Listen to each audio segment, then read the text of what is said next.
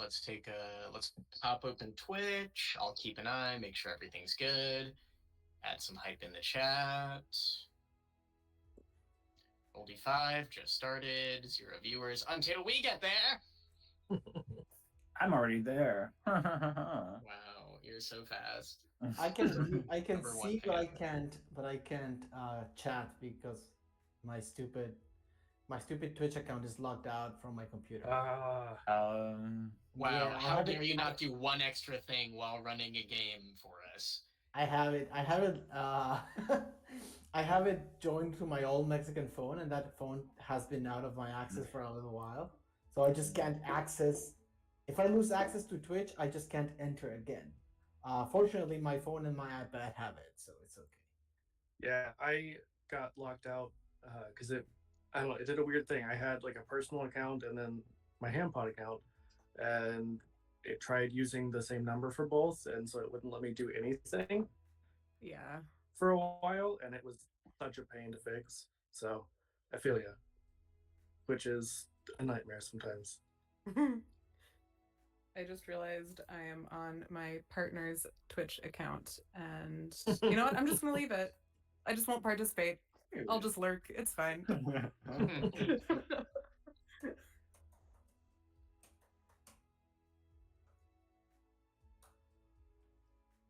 right, now is the time for any reposts, retweets, etc. Oh yeah, I said we were 20 minutes, but like 15 minutes ago, said we were starting in 20 minutes ish. And then... Oh, that's fine. That's fine. We got folks in. We're good. I gaslit my audience.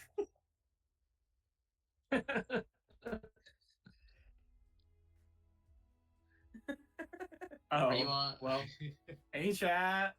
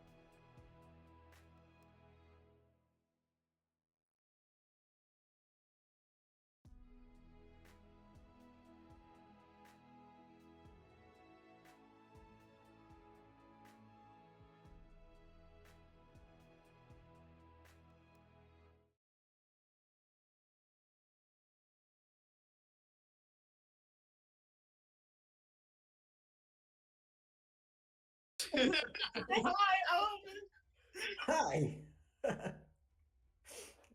Hello. Welcome to Roll D5's Werk Borg stream. I am Daniel, and I'm gonna be your game master this afternoon, night, wherever you are watching this from. And I'm really happy to be running this game for y'all, and I'm really happy to be here tonight. This is a game that I have been wanting to run for a while. That I've been really wanting to get my teeth on. It just has that kind of aesthetic that appeals to absolutely everyone who's ever seen this little book. For anybody who doesn't know what I'm talking about, this is Mork Borg, or I think it's pronounced something like Mjörk Borage or something like that. But this is a game that is just beautiful to look at before anything else. It's designed by Pell Nilsson and by Johan Noher and Dead People. It's a pretty little weird insanity of a little book with an entire system in it, but also a fantastic art book behind it. So really, for anybody who likes kind of doom metal, and for anybody who likes weird, greedy, like over the top, edgy kind of games, this is gonna be your cup of tea, and that's the game we're gonna be running tonight. And I designed a specific setting, a specific little world for our Pride Charity Month here at Roll D5. So, for anybody who is here for the first time, every year we have a lot of Pride events during this month. We have a lot of games in which we invite LGBTQ creators, LGBTQ players to come here with us and share this space and play with us. So please stay tuned if you want to see a very dark and kind of fucked up version of Pride Month. This is the stream to be at. Otherwise, there's so many other Pride beautiful moments and games that our amazing cast here at Roll D5 are going to be playing throughout the month. So don't miss them. So again, I am here tonight with this fantastic group of people who are kind of guinea pigs in this experiment of greediness and darkness that we are going to sprinkle with a little bit of rainbows. So, as some of you might already know, my name is Daniel. I am a Mexican content creator that has been part of Roll D5 for quite a while. We do have our fantastic Justin in tech, making sure that all of this runs smoothly or weirdly, or basically to make weird signs on video to me whenever I am doing something strange or wrong. Aside from me and Justin, we have a fantastic panel of players here tonight. I'm going to let them introduce themselves and talk about who they are and why are we here tonight. Let us know who you are and who you're playing as. You'll have time during the game to get really into your characters, but now a little bit of an introduction would be fantastic. We will start with Timmie, who is the first one I can see on my screen right You're muted. with muted How Timmie, who is the first one I can see embarrassing. on my screen right now. I was gonna forget that happened. Anyways, hi, I'm Timmie, and I'm a Vietnamese gender fluid TTRPG player. I play Roll D5 sometimes, and sometimes on Juli CL's channel, and I am playing Tiresias, the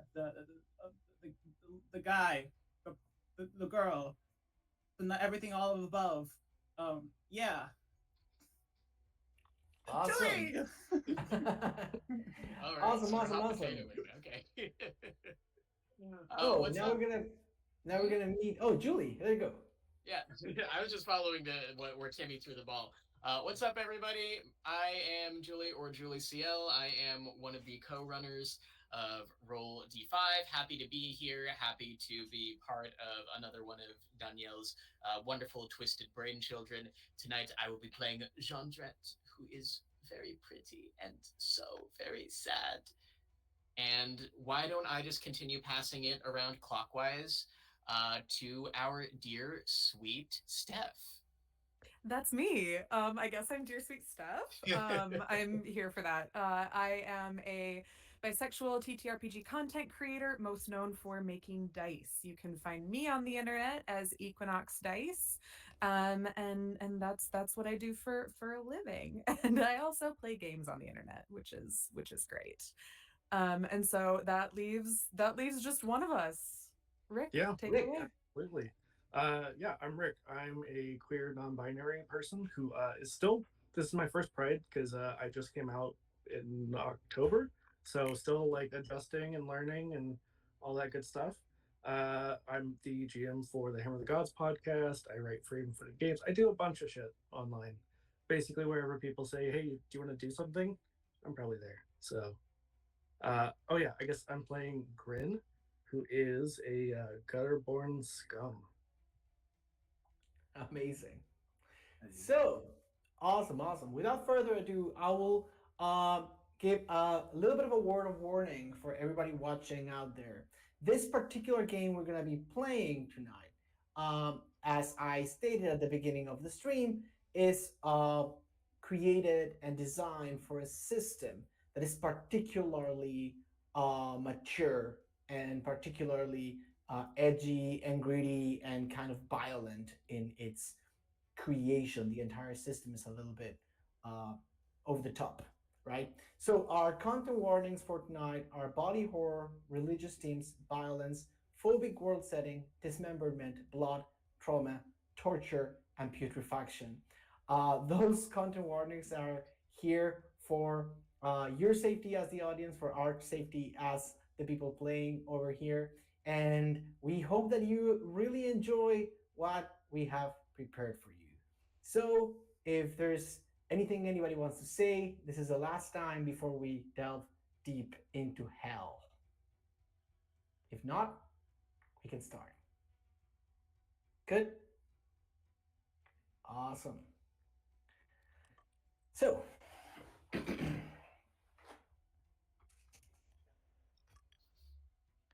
the scriptures carved repentance as the only path. Love only those chosen by them. Use and see your body only on their terms. When shame is the sole feeling allowed, control is seized by those who penned these rules. They damned you in life, forcing you to hide, pretend, live with the mask society sculpted upon you. A life of secrets, of blinding shrouds and enslaved thought. Those dirty, holy hands of others shackled your body with the promise of heaven as the ultimate lie. Yet the doors of paradise remained always locked for you. They would never open the door to degenerates, outcasts, or pariahs. And then you died. But somehow you lived. You woke up broken on a wasteland of their design. Your bones and flesh, the only possessions taken into this excuse for an afterlife.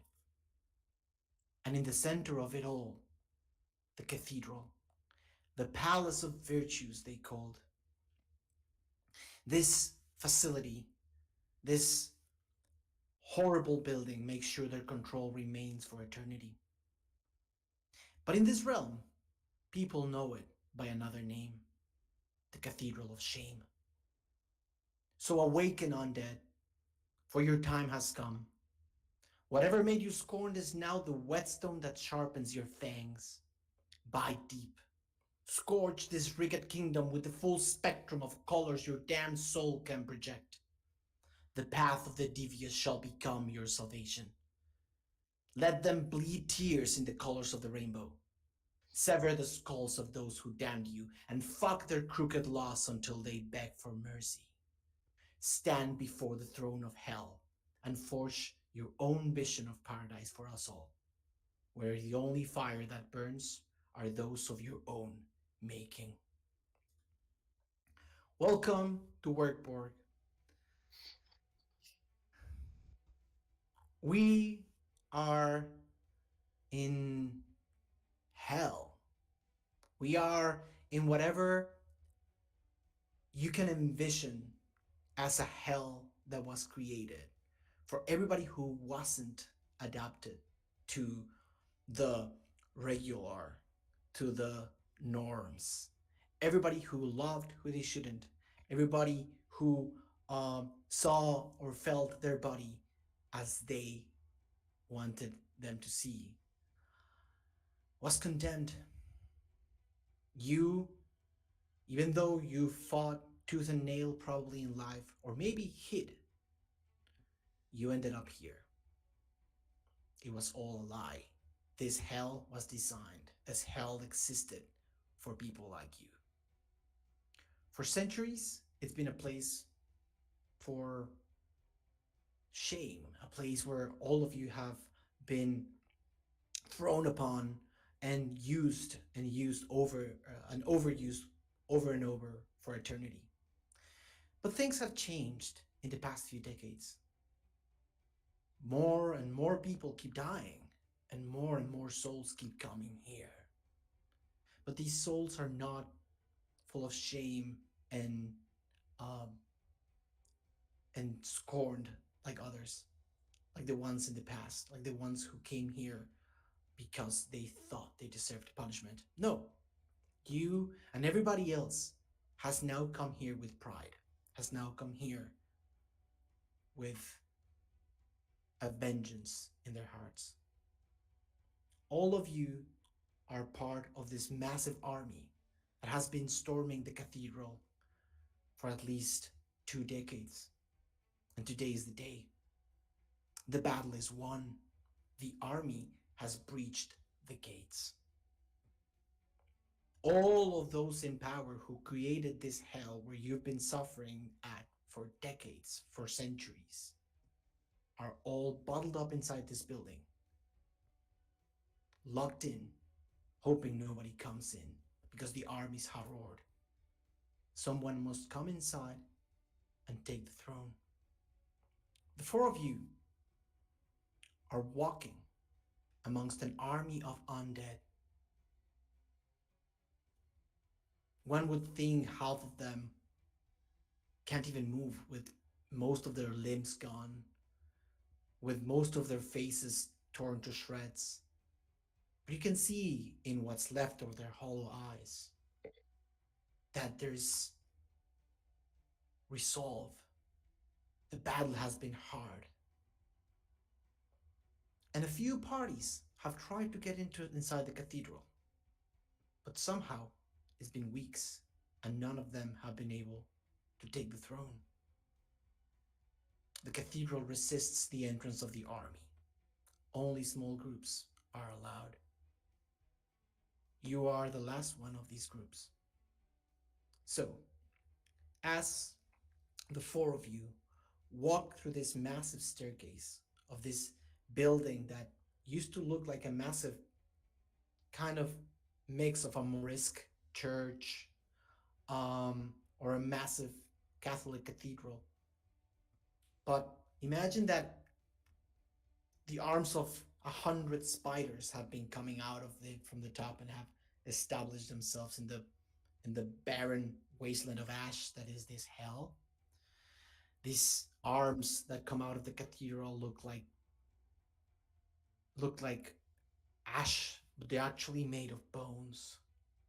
You're all coming and climbing this staircase made of what seems to be marble. But when you look at the staircase, you see faces and limbs and arms and nails and bones and teeth. This entire cathedral, as beautiful as it may look from the distance, it's actually made upon the shoulders of those like you. Who would be the first to walk throughout the staircase towards the massive marble doors of the cathedral? I think that Jondret is not necessarily walking by their own will, but because they are atop the back of a very reluctant, very intelligent horse.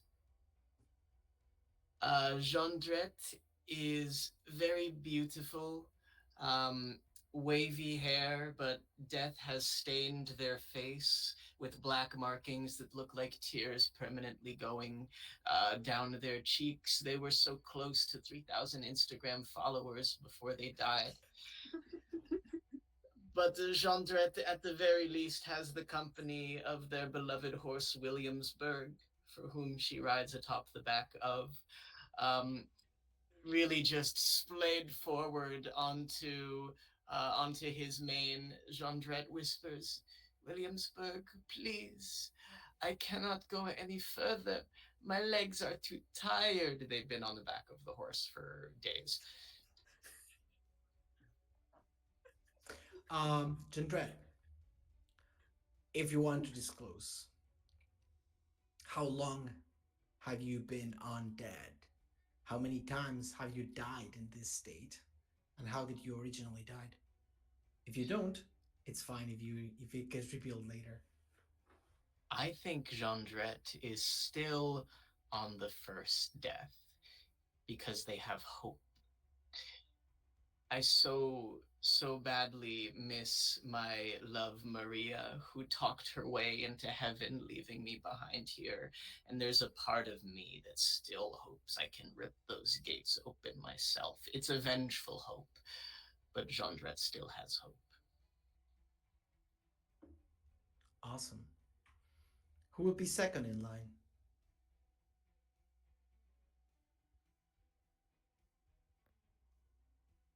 Tiresias? Hush would Oh, follow Hush. behind. Awesome.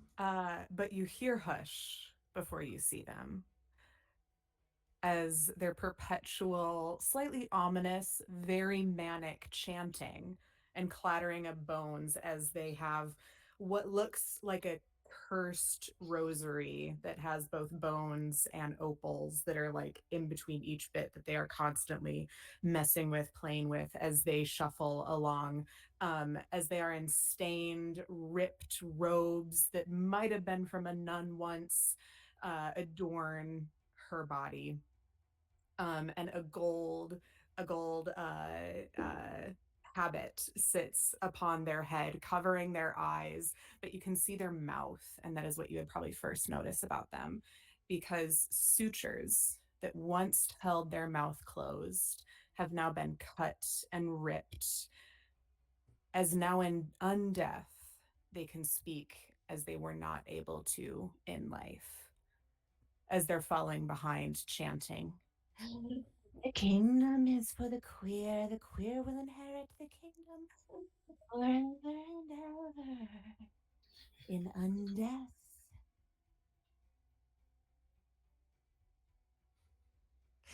Do we know do we know how many deaths has Hush endured in the wasteland?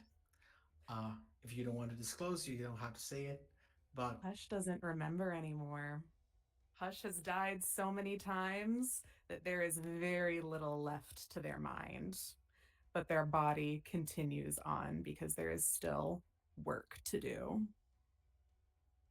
fantastic. Do you have any idea who Hush was before, or does your also doesn't remember who she was before coming here?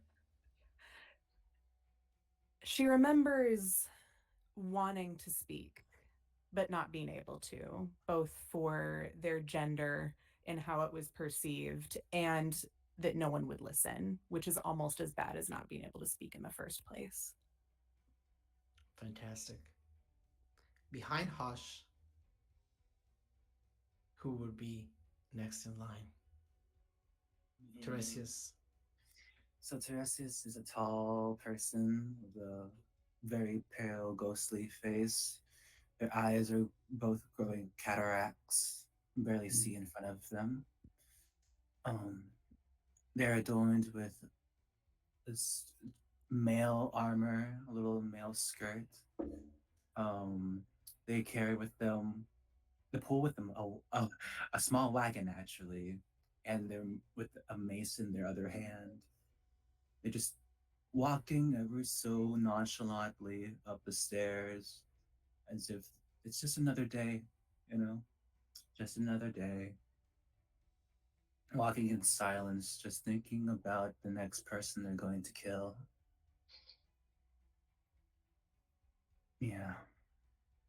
Yeah. Yes. Same question. How many times has Tiresias died in the wasteland?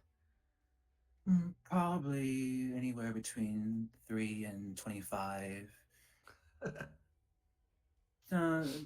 Once you're undead, you just stop caring and stuff, you know? Fantastic.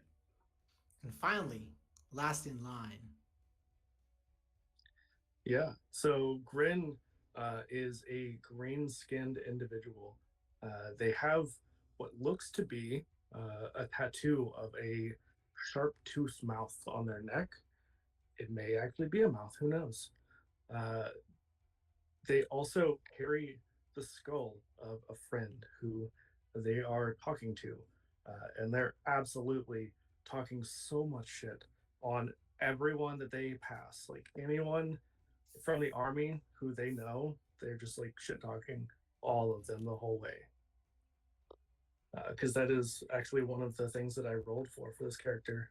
They're shrewd but vindictive and an insecure shit stirrer. Fantastic. I love it.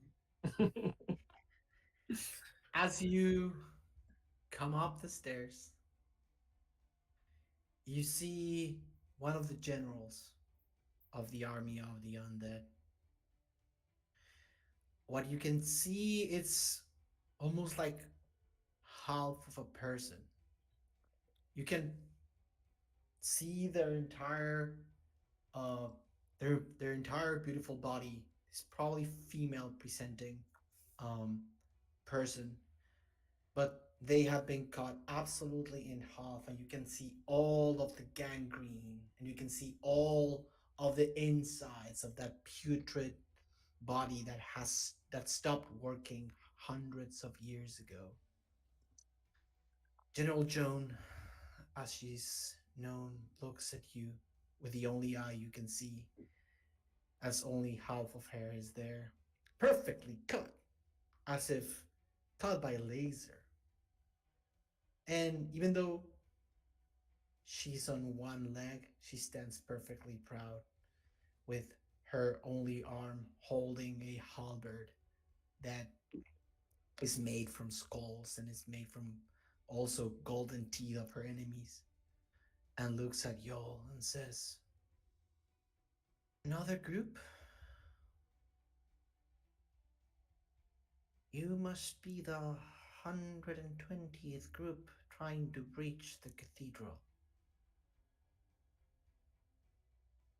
What's One made you... and two is three. One and two is three, and three is divine, divine, divine. And 120. One and two is three. The perfect, complete number. Oh, you're Those are one of the just numbers healthy to me. ones. Good. Good.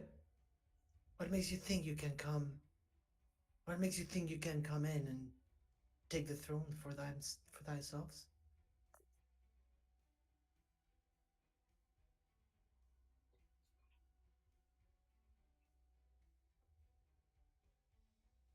I think Jondret is going to wrap their arms around Williamsburg the horse's neck, and Williamsburg the horse can talk. As part of being a wretched royal, I do have a talking horse who is magical, intelligent, arrogant, and vain, and also smarter than me, much smarter than me. The horse knows this. I'm going to whisper to him, Williamsburg, Williamsburg, do you think if we find her other half, she'll send us to heaven? I'm Williamsburg. I guess so.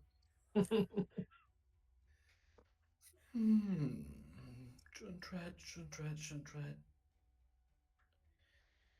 I don't think she's missing part of her body. She looks very stable and regal for someone putrid. You're so right, Williamsburg. Her side profile is beautiful.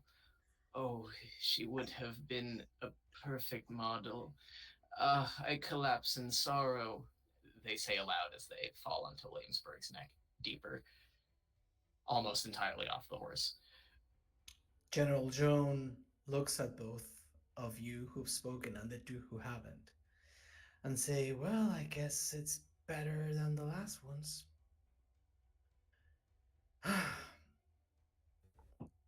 stand, stand proud, warriors. Let me cast the spell of death. Know that from this moment on, and she stamps the halberd on the floor, and you see all of the golden teeth start bleeding like mercury. And this mercury, slivers of mercury, there's like ashes from the mercury start going into the go into the floor and start crawling towards you and go over your bodies. Let this spell turn whatever on death into its final resting place, both in here and any afterlife. Whoever you kill will not return. So be careful not to stab yourselves.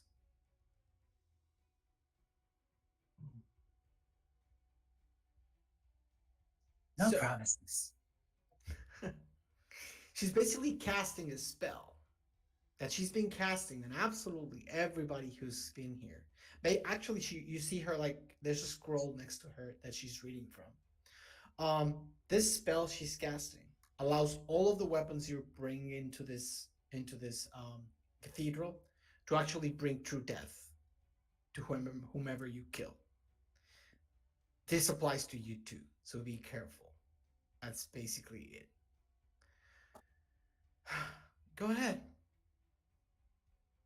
May you die 1,000 deaths. May you take the throne and all that. She's tired of saying the same speech over and over. Probably the first times it was a fantastic, beautiful uh, manifesto, and now she's just over it. And she steps out of your way. You can see this massive door, probably 10 or 15 stories high, with a sliver of darkness allowing you to enter. Go, Williamsburg. Perhaps Maria's on the other side, and we can kick her butt.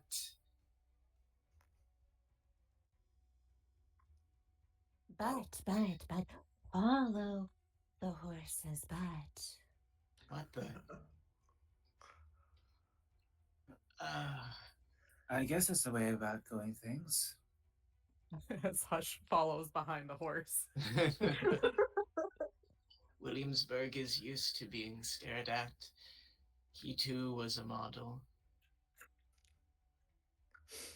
You go inside this this cathedral, and it's really really dark inside.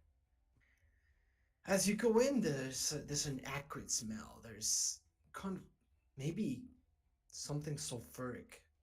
It smells like rotten eggs as you start coming into this building. And again, the building is beautiful. This massive Gothic. You can start as your eyes adjust to the darkness. You can see this massive uh, columns, kind of Gothic. This very um, sharp angles on top of the room. It's a uh, it's by all means of beauty one of the most beautiful buildings you've ever seen, especially in the wasteland where absolutely everything is just terrible and tortuous. But again, as your eyes begin adjusting, you start seeing statues, massive statues. Some are 9, 15, 25 feet tall, of individuals, mostly male, old politicians, old popes, old religious figures, warmongers. This massive pantheon of bigots is around you. Those who remember your previous life in the world of the living might recognize a few of them. They are all looking at you with judgmental eyes. The entrance to this place, as beautiful as it is anything but welcoming. Do you keep walking? Do you want to say something? Are these statues arrayed? Like how are they oriented in this room? This massive kind of navel is is like a it's like a column, like a columned cathedral. So it's just column after column after column after column, and between the columns you see one of these statues. There's a figure there in the back, really far. If you keep walking, you'll find them. But as you walk towards them, you pass by all of these judging statues. I think Grin holds up the skull of their friend Ern, and it's just like, oh look, more old dead white men. Absolutely. Jandret will pose for the watchful eyes of the statues and move upwards oh so limply on the back of Williamsburg the horse, going from draped over his front to leaning back, just posing as if on a fainting couch in a Renaissance painting, and just say, "Oh, our work never ends, Williamsburg." You will notice the statues are turning from you, looking away in shame. They play hard to get. They do not know. They do not know that we were once almost famous. Close, so close to fame, but maybe within reach again. Okay, you don't know me. You're monologuing, but you don't know me. It's definitely within reach. Not maybe. I will be famous. Confidence, yes, confidence. Cool. But You know, what's the use of fame and while you're undead? what do you mean? The eyes are everywhere, and wherever there are eyes to look, I must be within their vision. But why? Because I'm very generous.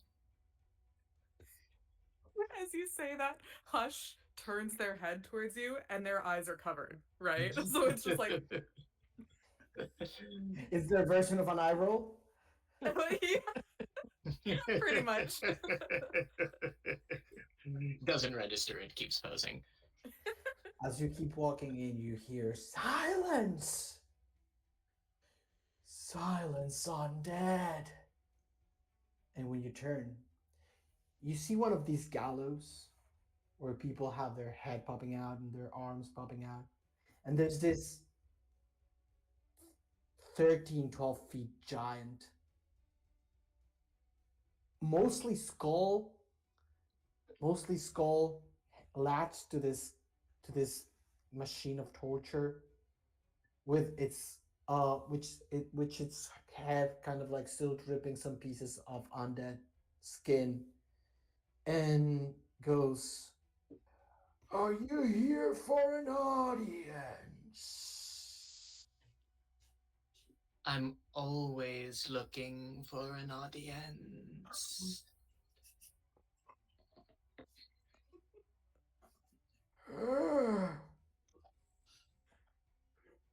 The cathedral has not been breached. Nobody gets to the throne. But you can try. We will. We will try and we will succeed. Go, Hush. Is this figure like blocking a door? Like are they There's like no, the one at the there's very no. end? Imagine it's.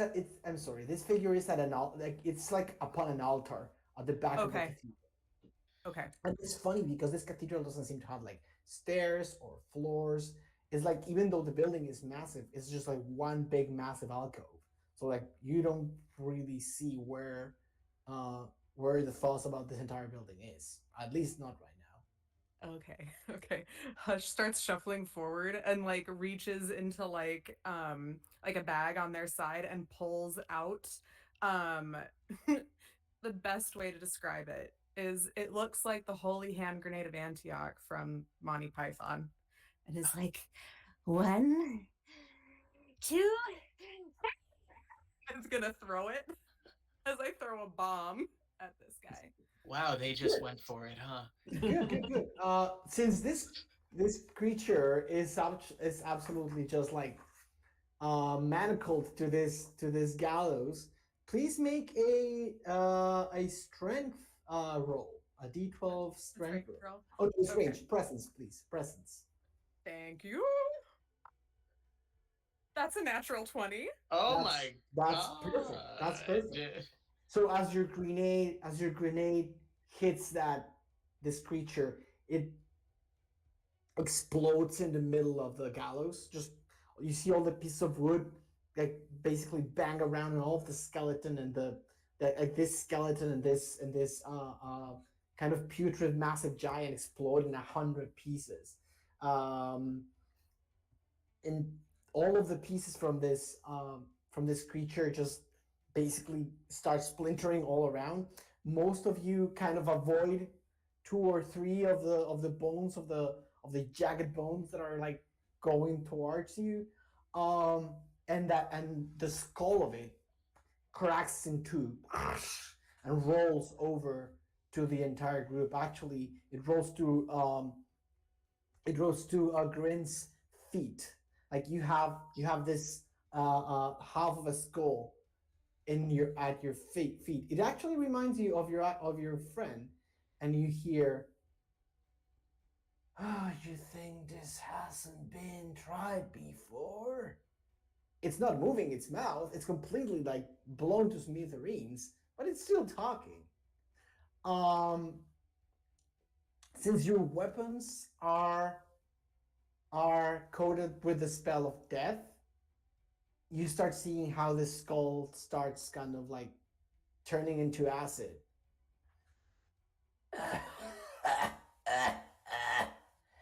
If it's not me, it's gonna be someone else. Someone needs to receive our guests. And this thing dies at your feet. Grin. Grin is just like, it's a cool trick. I can do that too without moving their mouth, or at least not their usual mouth.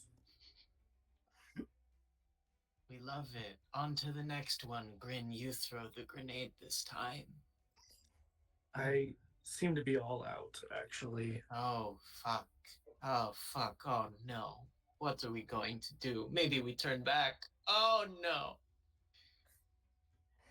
As you say that,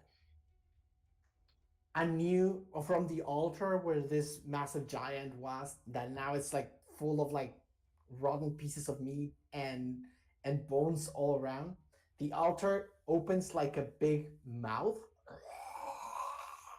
kind of like a vaginal shape, but a mouth with teeth. And from the mouth, you see this 3 individuals stuck together, all contortion in different positions, twist and install where this creature was. They're smaller. They're probably 8 or 9 feet. But these three creatures, humans, you can see their flesh. You can still see their flesh. They're undead, but you can still see their flesh.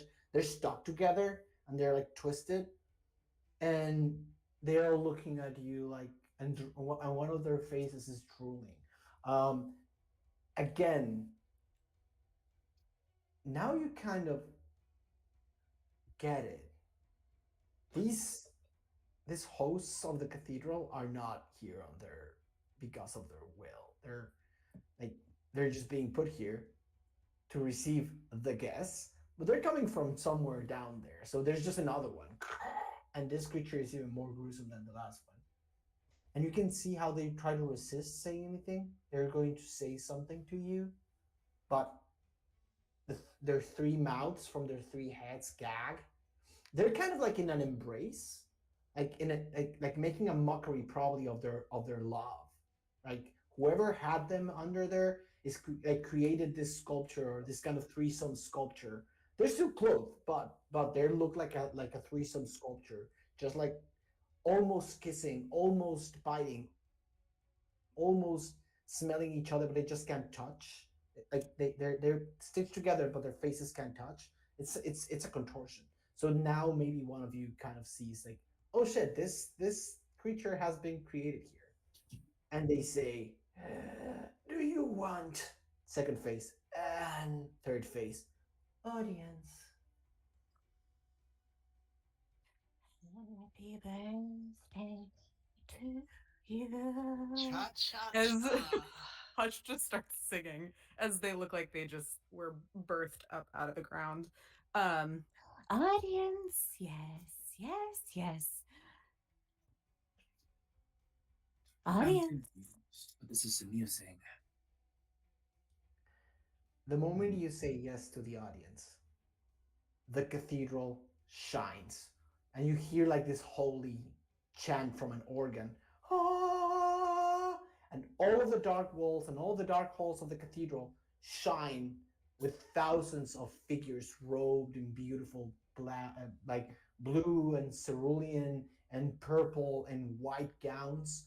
They all look at you with golden eyes and they all judge you like those statues. The entire cathedral is filled with an audience looking at you right now. And the creature goes, "Hello, angels. There's a new group for you."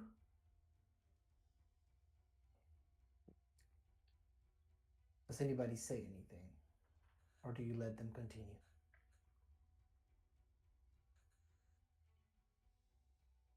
Good. The three creatures say, I'm going to talk in one line, but they are alternating. Uh, they say, throne is occupied, but you've been allowed to pass. The angels like you. And you start seeing how these mouths start opening from under you. Unless you want to avoid them, they're going to eat you. Oh yeah. Williamsburg is gonna gallop. Oh yeah. Oh yeah. Oh yeah. Gallop out Yeah, getting out of the way. Yeah. Mm-hmm. Yeah. with you on it or without you. Oh, I'm holding on for dear life. Dear death. Okay, then we're gonna need an ability check. Mm-hmm. Please roll me a d20 of agility. It is a balance check. All of my stats are +0. That is good. Me too. Two. I got a 10. Two. As Williamsburg gallops out of the mouth, you fall straight into the mouth. And it closes with your horse outside. Anybody else wants to avoid the mouths? Me. I got a 10. Teresias, you got a 10 trying to avoid the mouth. You did not pass the test. Okay. The mouth opens under you and swallows you whole. Hutch, you wanted to avoid the mouths? Yeah, I rolled a 3. Yeah, same. Swallowed whole. And apparently, Grim, you were happy to be swallowed by the mouths. Yeah, I'm just talking to the whole time. Awesome. I So think you Grin can- has a mouth thing. So you get swallowed by the thing, and you start seeing that this massive, beautiful cathedral is actually much, much bigger under it. So you start falling, and you start hearing the voice of that homunculus statue that says, "There's 3 paths for you." I'm sorry, there's 1 path for you, but your approach might change.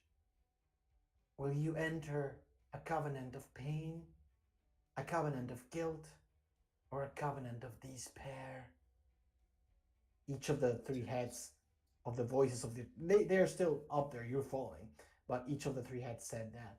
So basically this is your difficulty screen. There's covenant of pain, covenant of guilt, and covenant of despair. Covenant of pain is more action based, more violent.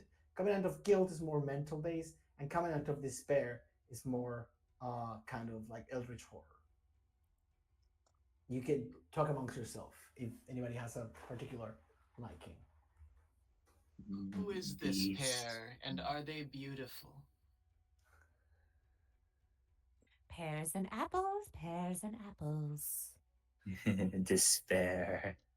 Despair. I cannot handle any pain without Williamsburg. He shouldered so many burdens during my life. We died together, you know.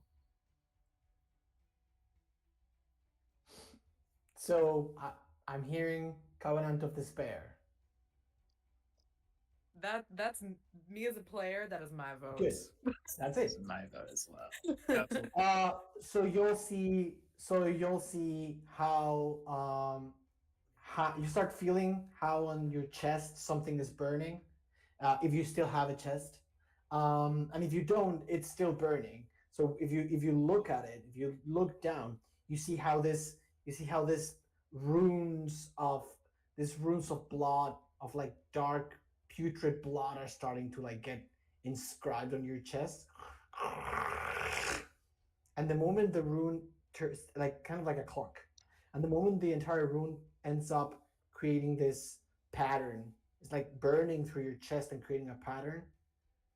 You close your eyes, you open it, and you are in what looks like a nursery.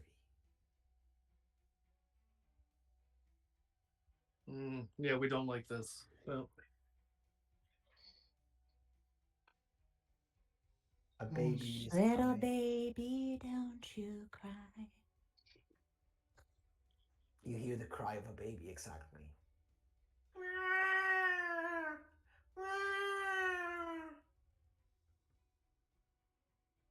I'm not fucking with that. Tiresias, you get it. Is it of this realm? it doesn't matter. It's a child, and I want nothing to do with it. This nursery is at the beginning, it looks like a pretty little kind of blue and pink, beautiful little room, and has like this one crib in the back that you can't see. You can see inside of. You can see the crib, but you can't see inside of it. And you start hearing voices. It's a boy. It's a boy. It's What? my baby girl. That's what Daddy wanted, a baby girl. It's a boy. It's a girl. It's a boy. My baby boy. My baby girl. Wah, wah. You start hearing this horrible, horrible yelling as these like disembodied bodies of parents are really proud of a gender they haven't even met. Oh, I knew gender reveal parties would be a part of hell. I should have kept. I should have thought. I should have thought. I should have thought I did this. I should have known. I should have known. We're going to fill our lungs with blue and pink smoke until we die from the inside out. We should get out of here. Shh. Quiet. Baby's sleeping. Shh. Yeah, if I wanted a gender, I could have just stayed up there. I'm good. I don't need one. Yeah, hear that? We think you're problematic.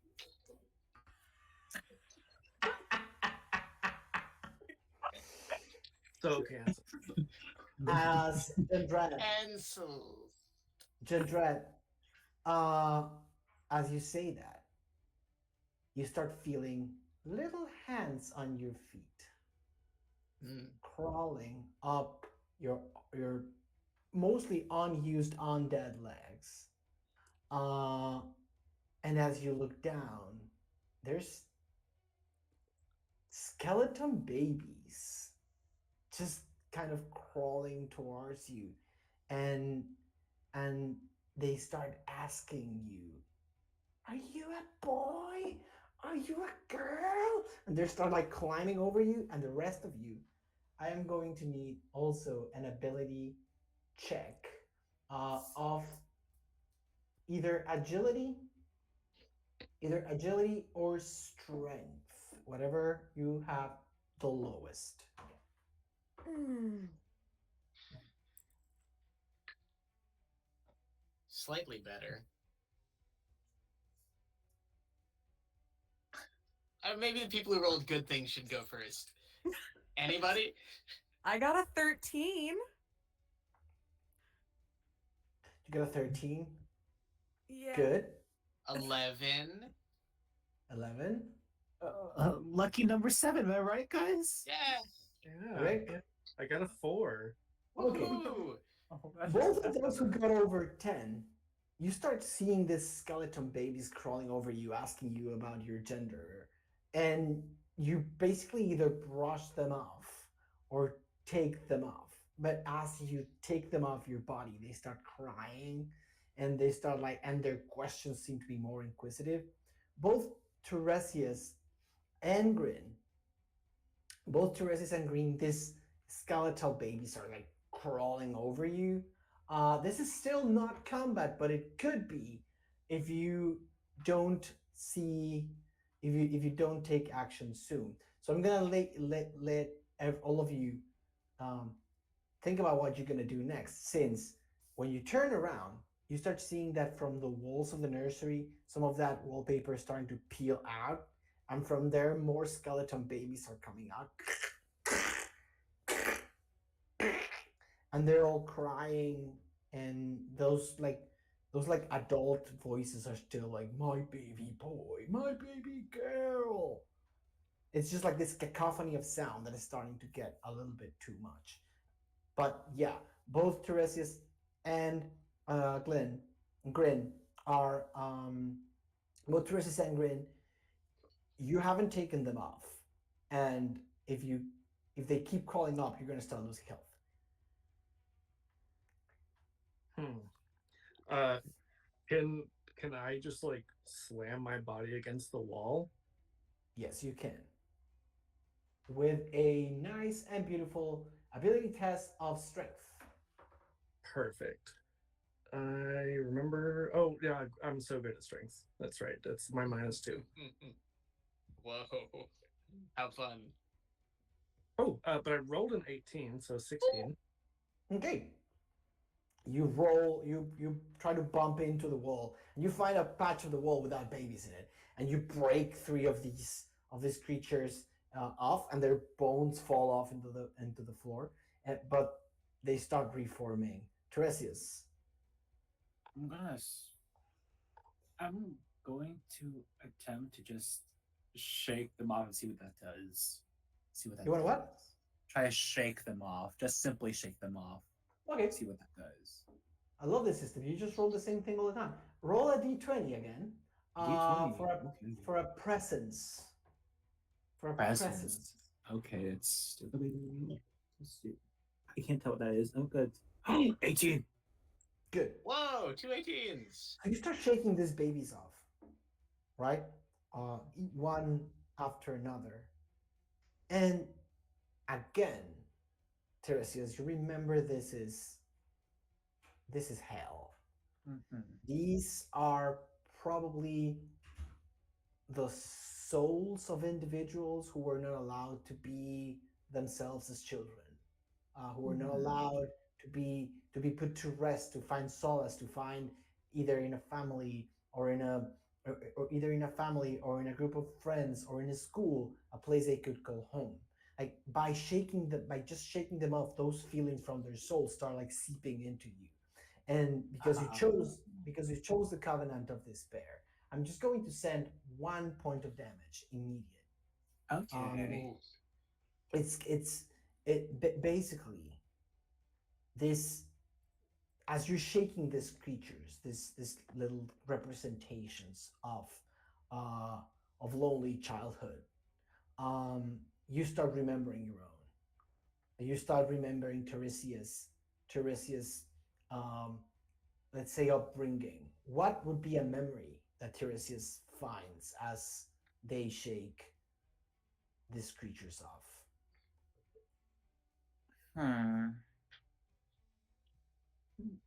You remember a time where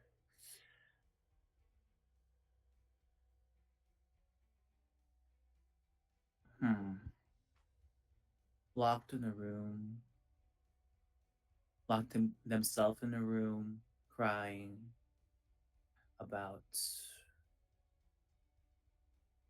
not being able to be who they are, really, or have anyone that will love them for themselves. Did Tiresias? Yeah. Oh, continue. Go on. Go on. Oh, sorry. What were you gonna say? I think that's good enough for now. I was gonna say, did Tiresias find solace back then? Solace. Did anything gave them solace or calmed them down?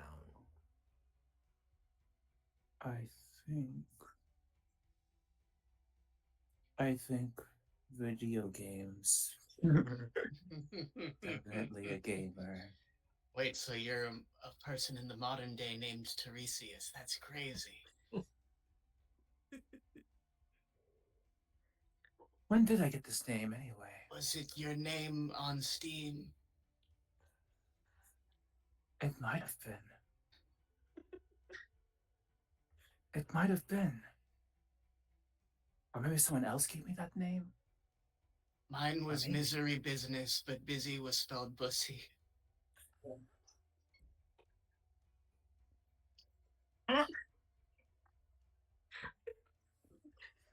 The emotional whiplash tonight. Gotta keep them on their toes. Gotta keep them on their toes.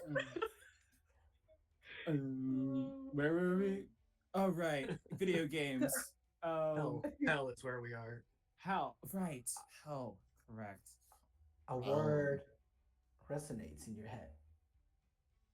Play. Play. And as the ceiling of the nursery starts cracking open,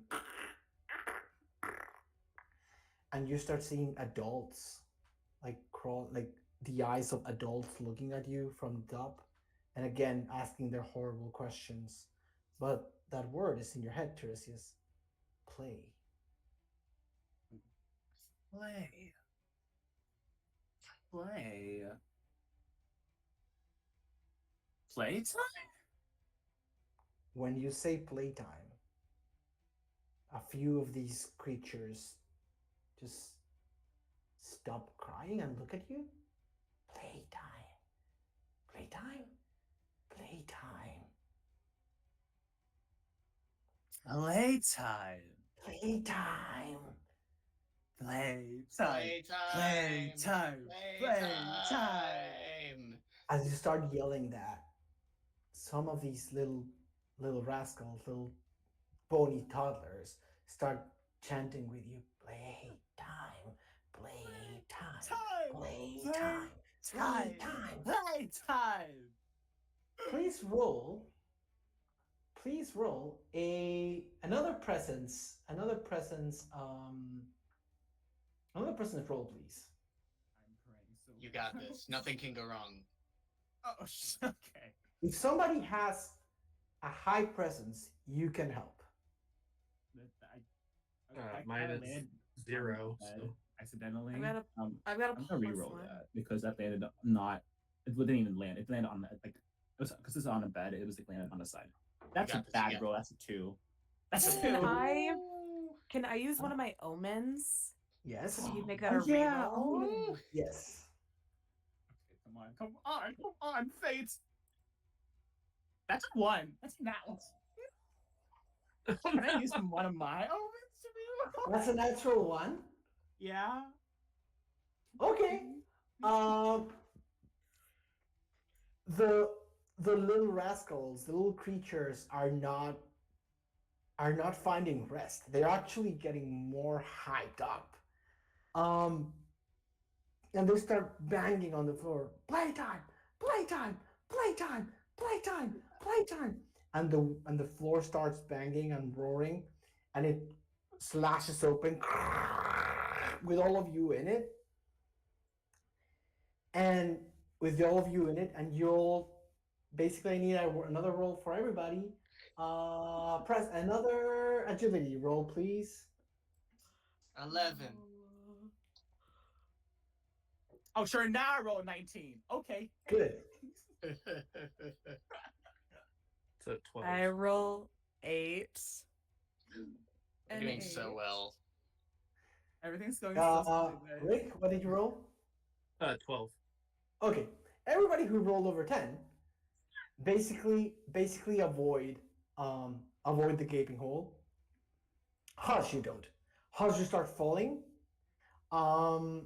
You start falling, but these little creatures will not leave you without playing.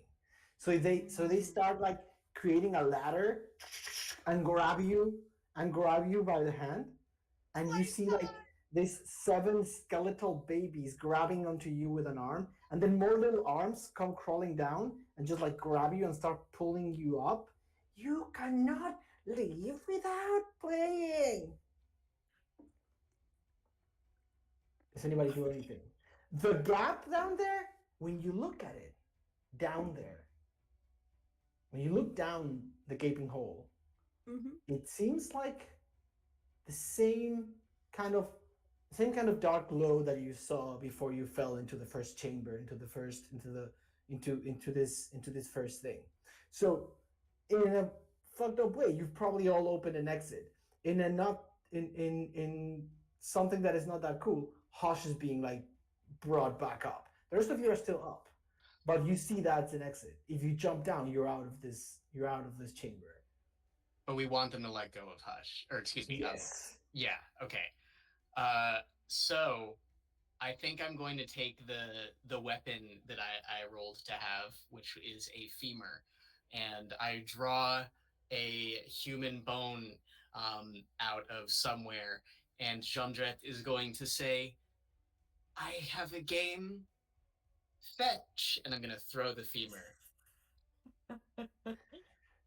That works. Williamsburg loved this game. That works. I would say that absolutely works. The femur starts rolling, and some of these bony toddlers look up and see the femur, and one of them says, "Femurs are for boys. Girls don't play with femurs." Femurs are for everybody. Go try it. Everyone has bones. Everyone has bones. Here we all have bones. It's kind of weird.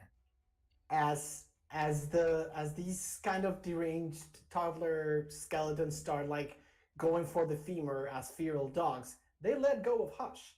Hush, you start falling down the gaping hole. Everybody else, you're free to jump in. Yeah, Grin's jumping. I so miss Williamsburg. I hope he's down here somehow.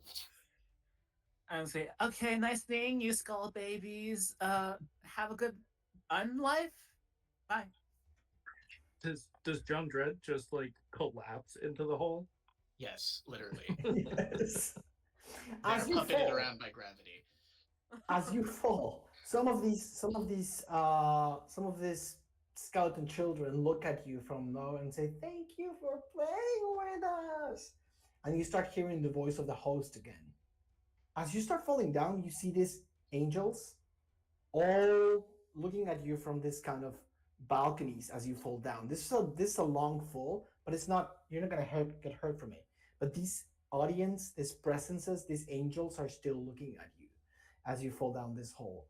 And you see basically what looks like a red sphincter opening, and you go through it and it closes down, and you all fall into a chamber made of meat. Reminds me of college.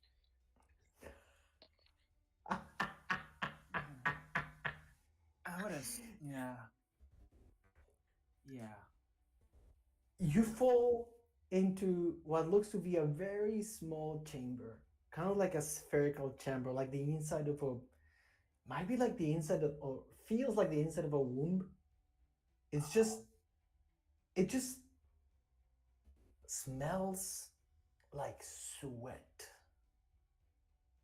And as you start seeing the kind of the fleshy walls and the fleshy ceiling and the fleshy floor in which your feet are stepping on, you start seeing that effectively the inside of this thing is sweating.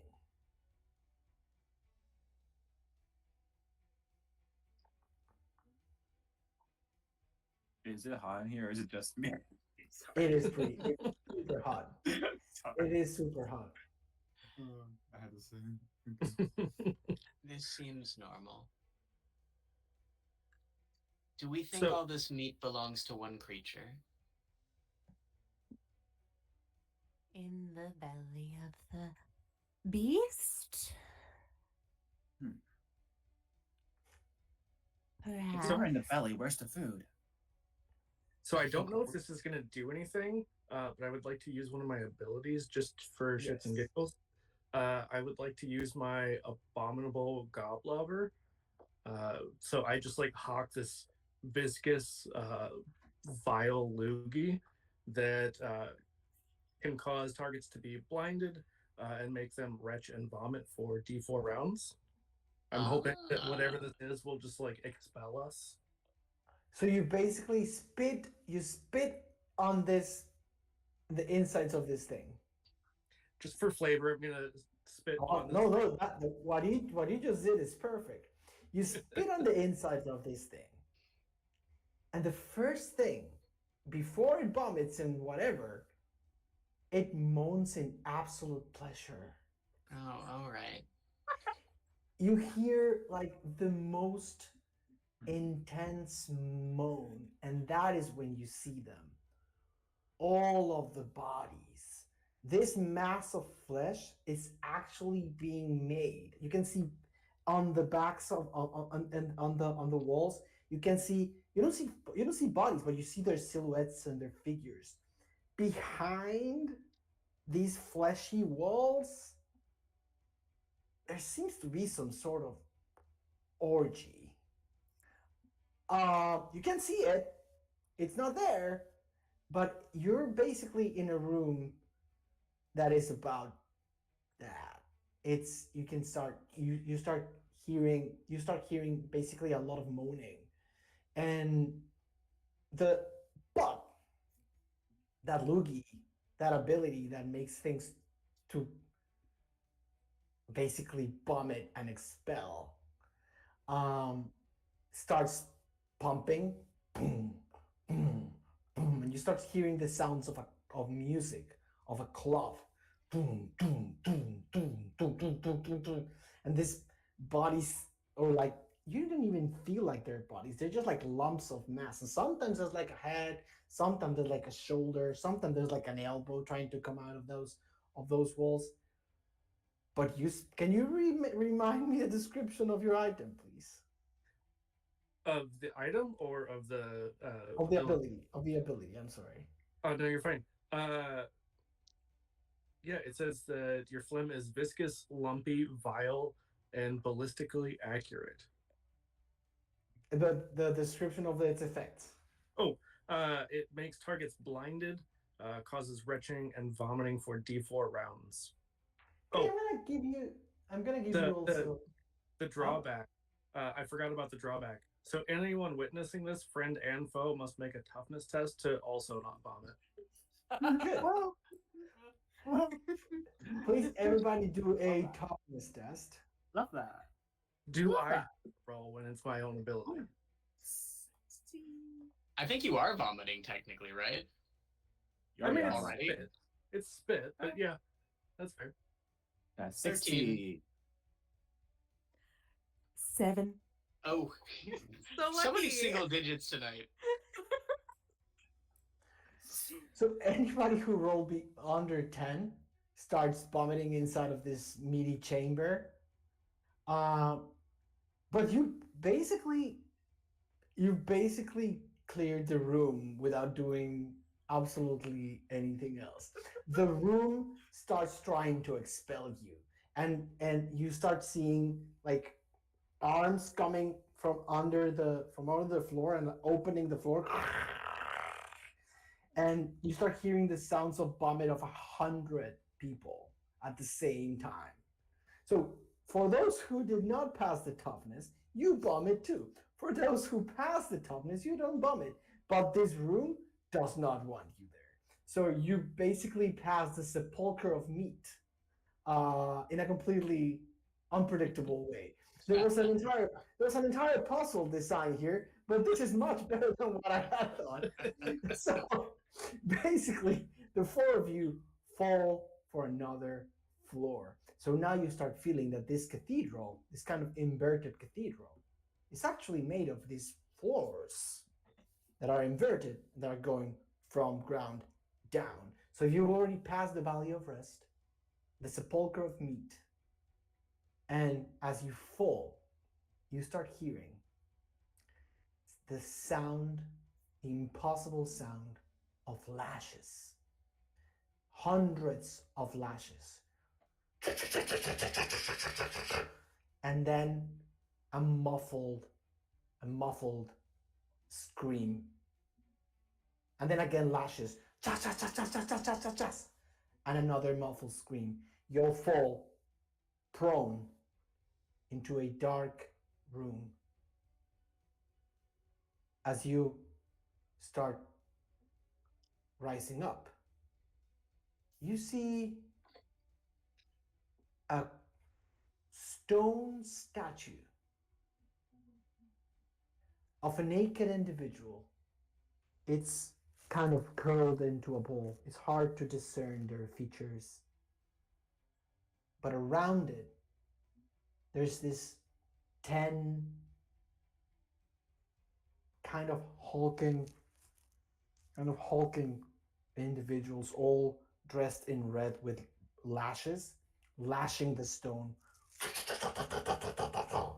This is like probably 15, 16 feet from where you are, and they're not paying any attention to you.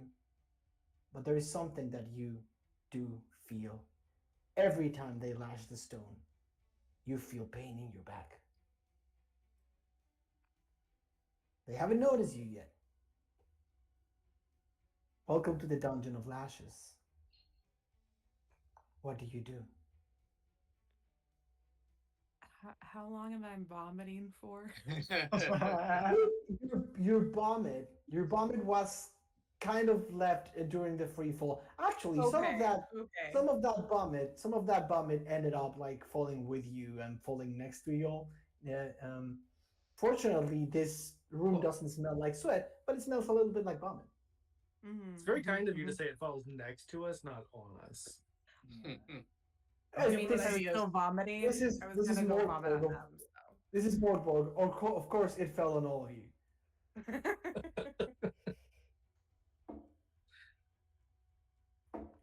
So you see this.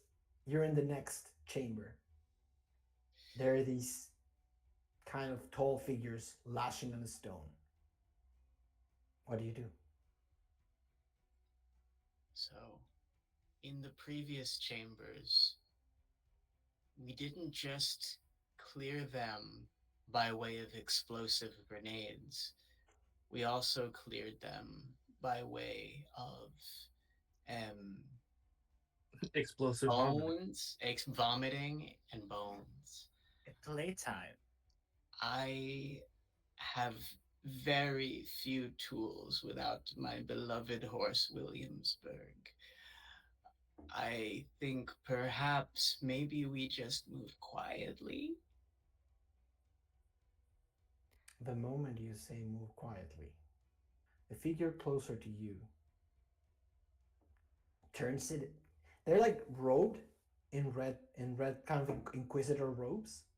But its entire head turns absolutely like 180 degrees, and it sounds the cracking of the neck, and its eyes glow with fire as it turns and goes like, There is no escape from here.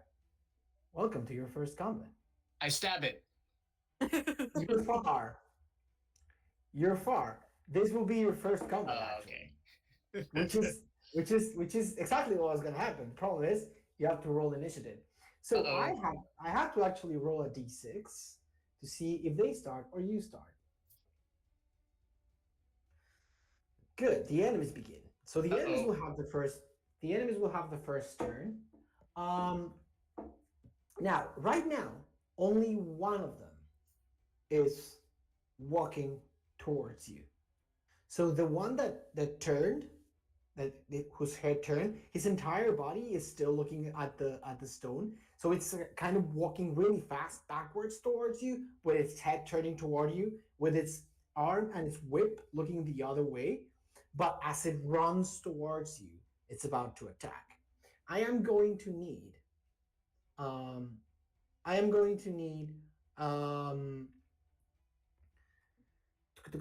Fortunately for this combats in Mork are very fast, but I'm going to need everybody to give me an agility plus d6 to see who would be first in initiative.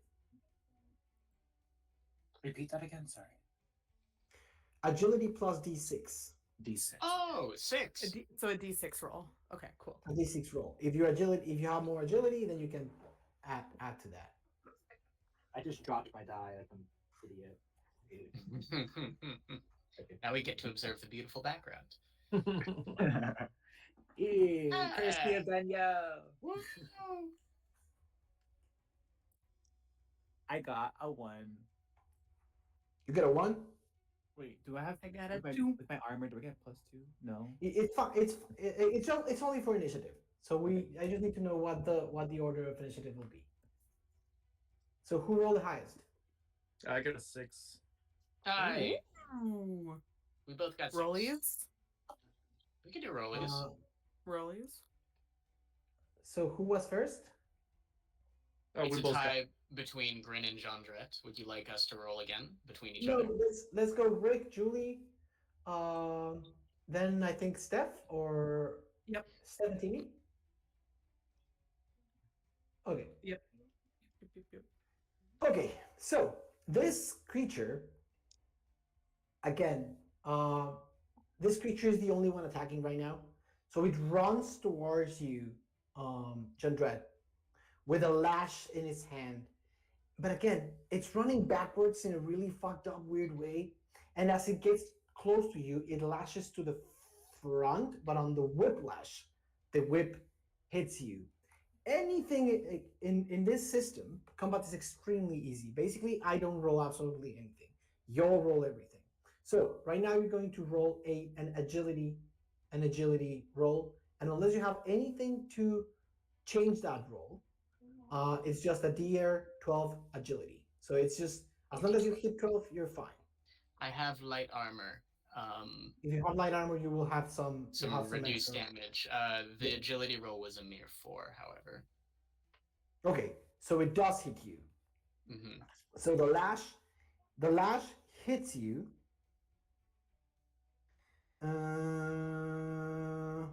Okay, it's a D2. So we'll see.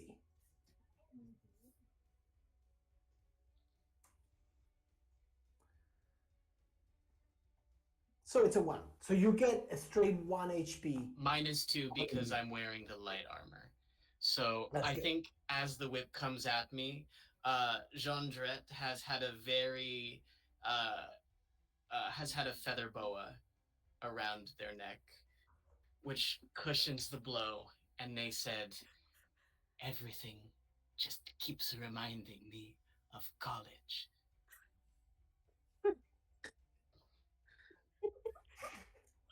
Good. So this first creature has attacked you. But the second thing you will see is the rest of the creatures are not going to attack you. But they're all going to lash the stone. Ta ta ta ta ta ta ta ta ta ta ta. Now, this is going to be a very easy roll. But I need everybody, including Jondred, to roll a defense roll with an let's say a 6 for a difficulty rating. So this is a d20 roll again. A d20 roll again with a 6 of defense. Yes. Pass. It's an 11. I Okay. think. Does our armor help with this at all? Hush, no. For this one, no. For this one, attack, no. Okay. I rolled a 2. Okay. Everybody else pass a 6? Okay. Pass. Yeah. So, Hush, you get 1 point of damage. Okay. Now we have Rick, Juli, Steph, and Timmie. You have this lashing Inquisitor in front of you. Yeah, I have a sling that I would like to use with unlimited fist-sized rocks. What do I use to attack with that? Is it agility or is it strength? It's always for melee damage. Oh, it's ranged. For range damage, it's always presence. Gotcha. Hmm. Okay, yeah, that's fine. It's a 0. I rolled a 9. That doesn't pass. You don't do any damage. Jandret, I'm going to. you left your femur upstairs, by the way. I know. I have something else. Hey. I am going to take out my snakeskin gift, an expensive sandalwood box, and it contains a dagger wrapped in silk. And I will say, this is for Williamsburg, and I will make an attack. That's a There you go. d20, yes? That's D20 for melee is strength. 11. You don't pass it. Oh, it's so heavy. Steph. Coming out from like the side of this habit, there's like this really jagged, like gnarly looking rusty sword. And I will try and attack it with my sword. I have a negative strength. So that's a 9. You don't hit it. Some You of us don't have hit it. omens, right? I think we all have omens. Oh yeah, we have omens. Yes. That's an option that we can do. It allows us to do a bunch of different powers. Yeah. Correct. And finally, Okay. Timmie. I'm gonna go try to hit this dude with the flail. 13. Again, 13, that hits. How much damage? Let me roll for that. Where's my D8? Where's my D8? Hello? Oh, right here. Okay. It's 2. 2? Okay, that's fine. Okay, the Inquisitor looks at Tiresias, who just hurt them. And again, that weird head, like exorcist head, just turns towards you, but it's not turning back in the way it turned. It's just turning more in the same way.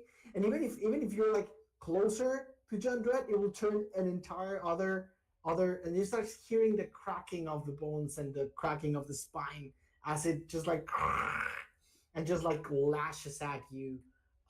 Please a defense agility, please. Okay. Let's see what happens. That's a 19 on D20, yeah. There you go. You pass it. You pass it. Now all of the other Inquisitors hit the stone. Ta ta ta ta ta ta ta ta ta ta ta ta ta. Lashes. And one of the things you start seeing as they lash this stone is, and your eyes have gotten accustomed more to this kind of dungeon kind of thing. You start seeing there's people. There's a lot of people inside of kind of prison cells around it. You see them as shadows, but every time they lash the stone, everybody hurts. Even the people inside of the cells of the cages.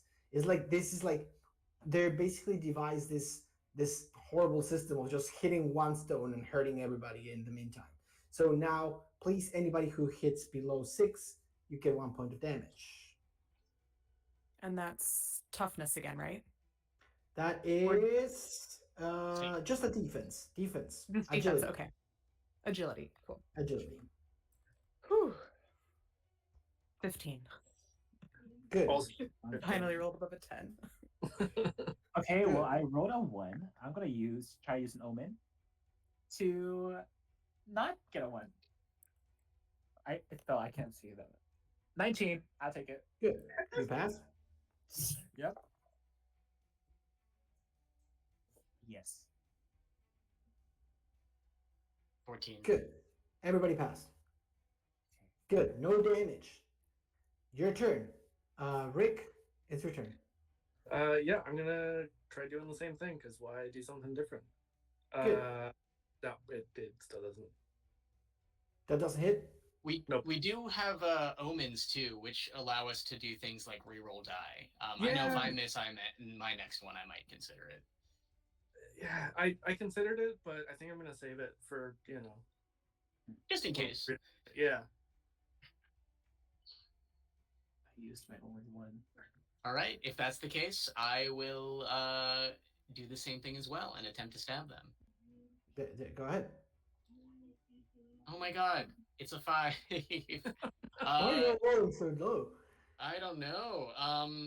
You know what? I am going to use my 1 omen to reroll the There you die. go. And it's worse. It's a 2. Oh no. Steph. Hush, seeing that none of this is working, is gonna look towards the figure, the stone figure that's on the ground, and is going to run over. And I have heavy chain. Can I like wrap that around this figure, like the stone figure on the ground, to try and like protect them a little bit from all these lashes? Absolutely. Just give me an agile. I would say. Yeah, let's count it as a grapple. Use a strength ability check. Roll a d20, please. Okay. I am gonna use one of my omens. Oh my god. That was really bad, and I have a negative to strength. I'm gonna use a different dice though. Oh my god, it's worse. It's a 2, but it's a 1 because I have a -1 to strength. Okay. What I would say is you manage to grapple the stone, but in the attempt to do so, you basically put yourself in place. Okay. You basically put yourself in place for it. We'll see that on the monster's turn. Timmie. I'm just gonna go up and to the guy that's still in front of us and be like, ready for round 2? for the flail. Hit it. That's a 7. What the hell, dude? You don't hit. You don't hit. Hit it. That'll come next time. I'll assure you that. The Inquisitor lashes back at you, Tiresias. Please defense. Come on, die. Come Oh, on. 19. let's go. There you go. No damage. But, hush. There's other 5 lashers. So I'm going to need 5 defense. 5 defense rolls. No. You have medium armor. You got this. You have medium armor. Any roll you hit under 12 will net you 1 point of damage. Oh. Okay. I mean, I do have medium armor. Yeah. So I get but a these- negative D. Okay, yeah, the magical lashes were not going to count towards armor because these are physical lashes. So Okay. The one other thing is I have my like special habit is my heretical priest class thingy. It gives me a defense of DR10. So I only have to Good. beat a 10. that's good. So that's a 5. That one doesn't hit. So that's a fail. That's one fail. 14. That passes. Oh wait, so I'm against myself? No, you roll all the defense. Okay. Remember, okay. in this game, players roll all the dice. Okay. 13. Passes. And 8. Doesn't pass. And the 2. And a 2 doesn't pass. So I'm gonna say those are 3 lashes that pass through. And your armor, how much damage does your armor Muffle? A D4 minus a D4. Roll it. 1. Okay, you get two. You get two of those hits in. So you get two of those hits in. So you get 2 points of damage. Okay. You get 2 Okay. points of damage from being on the stone. Nice. Rick. Yeah, because Grin feels like the sling is not working for them, they're going to do the same thing. I'm going to stop you for 1 second. Yeah. This game is designed for players to have a hard time in combat. Sure. But there's a morale check system. If you defeat half of the enemies, the combat ends because of morale. So as long as you defeat 3 of them, you're set. Oh, yeah. You're 1 point, and you're 1 point of damage from killing this guy that you've just not been able to hit.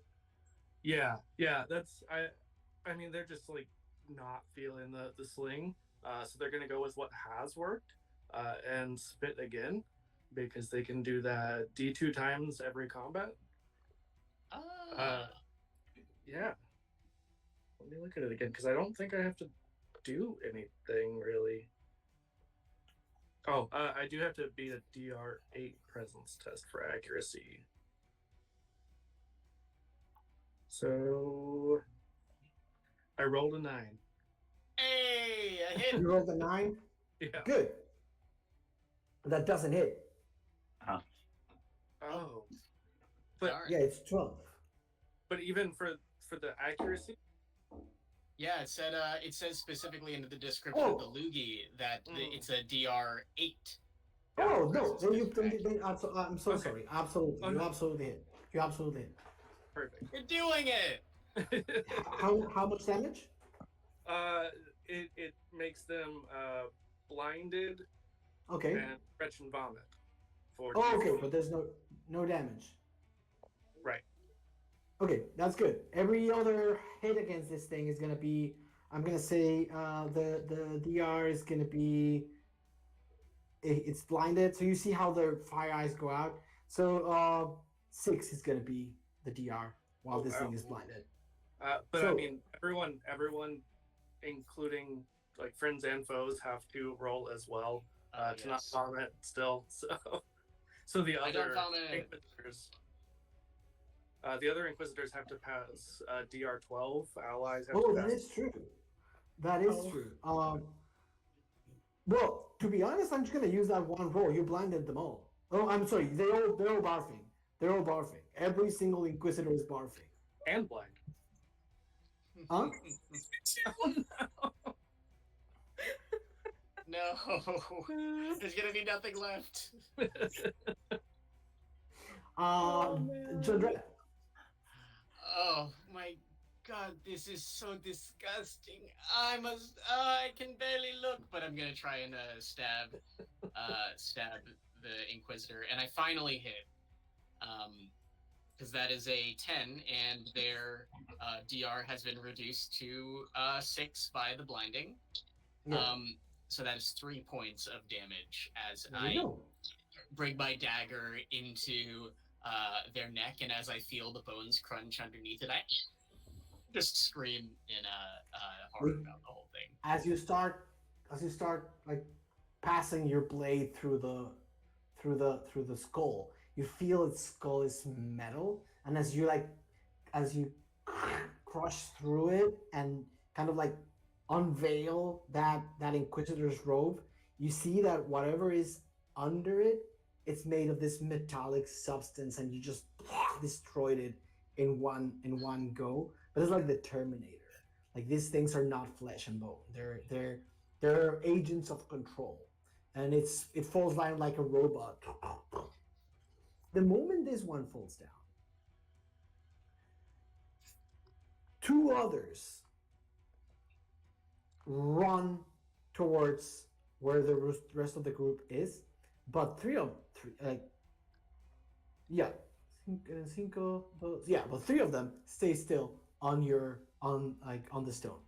So now there's 2 more running towards you, and now it's Steph's turn. Yep. Since I failed the vomit check, is it You the lose a turn, right? When you I'm vomit? I'm pretty sure. I doesn't think say. it Or was. like I would say everybody who's vomiting loses a turn. So Okay. so Steph, you would lose a turn, but so do Uh-huh. the priests, so do the inquisitors around you. Timmy, did you barf? I Teresa, rolled an 11. so you did not barf. No, you did not barf. Okay, So good. you can Good. still attack one of the ones that are Okay. coming towards you. But they're Okay, barfing, so they will lose next turn anyway. Okay, so I'm going to try and cast. I'm gonna cast Roscoe's Consuming Glare, and that is D4 creatures lose D8 HP each. Whoa. So, yeah. Good. You need to do a presence roll. Presence roll. Please hit. Please hit. I'm gonna try. That's an 8. Oh no. Can you omen it? No,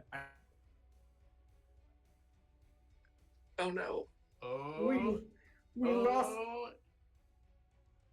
The tension is I don't killing have me. them anymore. I used my only one. Is my Wi-Fi? Oh wait, Yeah.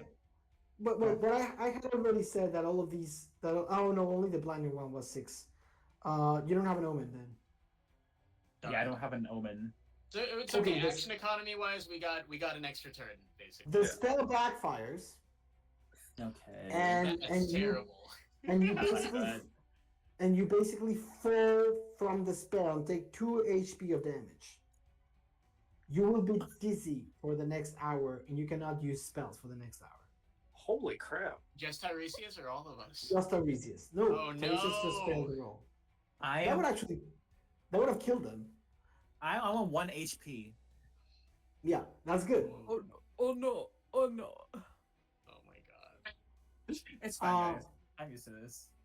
So, it's the turn of the monsters. The monsters don't do anything, they're barfing. Rick, it's your turn again. Come on, grin. Yeah, I'm gonna attempt again to use my sling now that it's lowered in difficulty. And I do. Holy crap. It's a 9 Good. for 1 damage. That's good.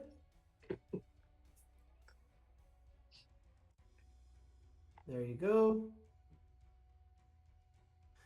John Dredd? Jandret's arms hang limply at their side, and brandishing the dagger, arms shaking, they have a memory talking to Williamsburg in their parents' farmhouse, one of 6, just lying on the ground, being like, Williamsburg, do you think there's a heaven? And Williamsburg starts talking to them, assuring them that perhaps there is.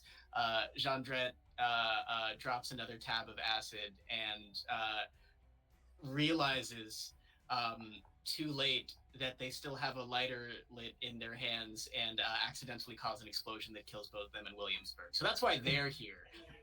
That said, they're going to run over and try to stab one of the skeletons. There you go. Hit it. 17! That definitely hits. For 3 damage! Williamsburg! Okay.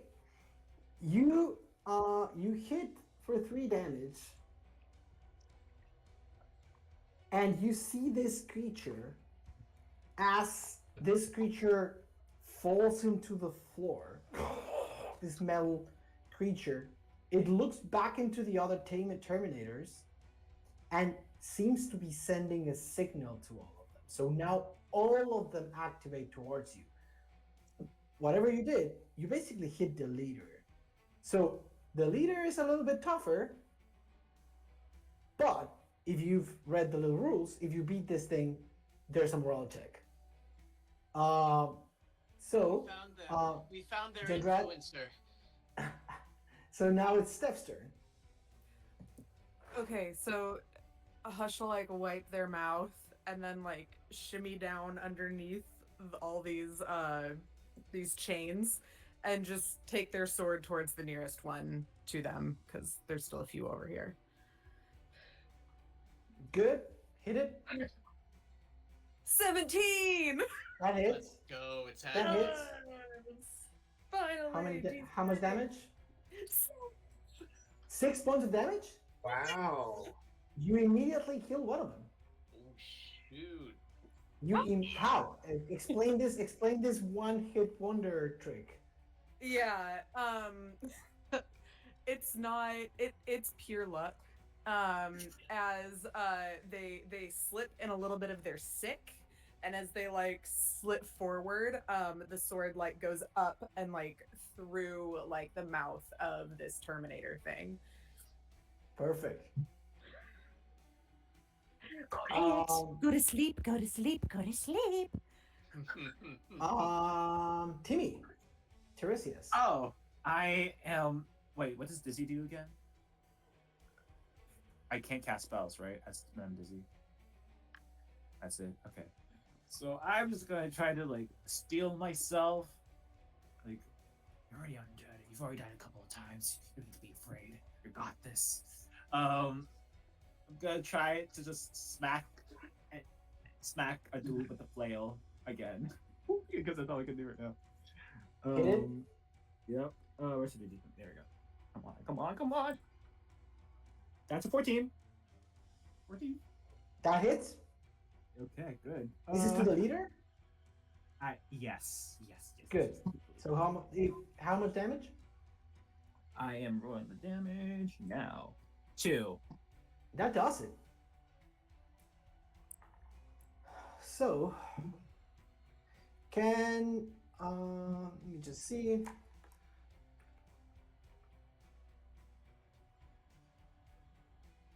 Okay, I have to roll 2d6s.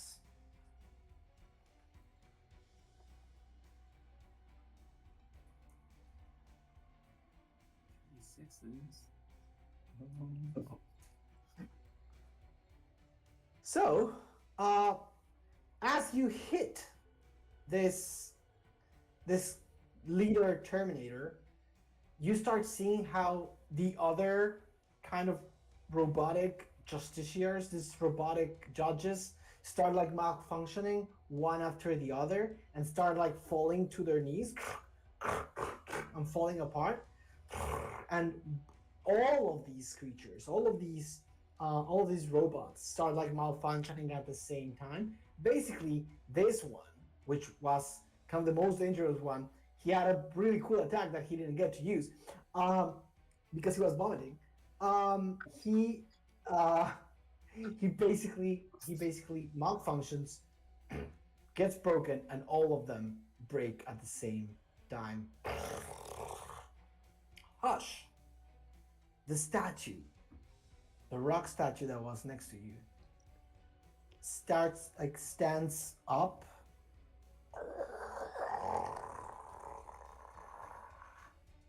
And you can see that because it was curled up into a ball, you couldn't even see like the features. But as it crawls up, it turns back to you. And inside of it, that you can see like basically a constellation with all the colors of the rainbow. And it just begins opening its chest. Just enough for you all to pass. Oh. So that's what that one brings. I see. Hush is gonna walk forward and like pat it on its face very gently and say, What a big heart you have. All of the prisoners touch their cheeks as you touch its cheek. Like they're feeling your care for a second.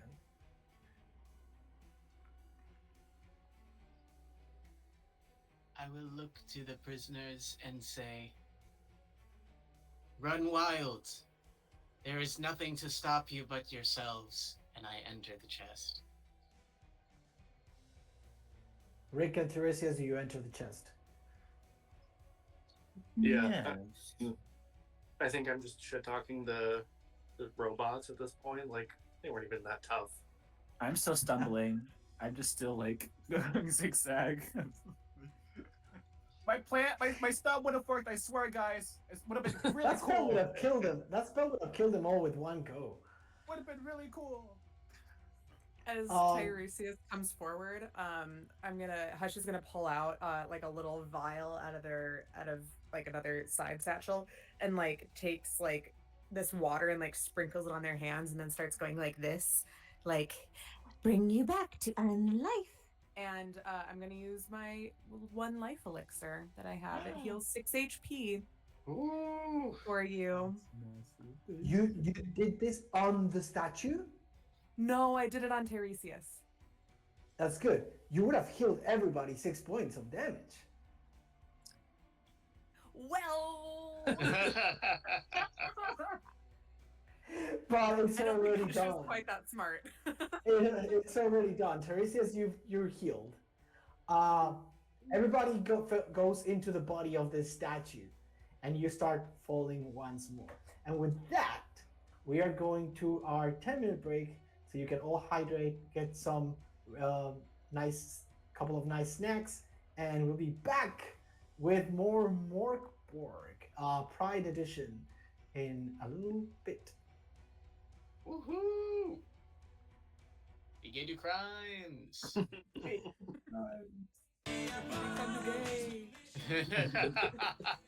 I like that better. Awesome. You're on How's break. it doing?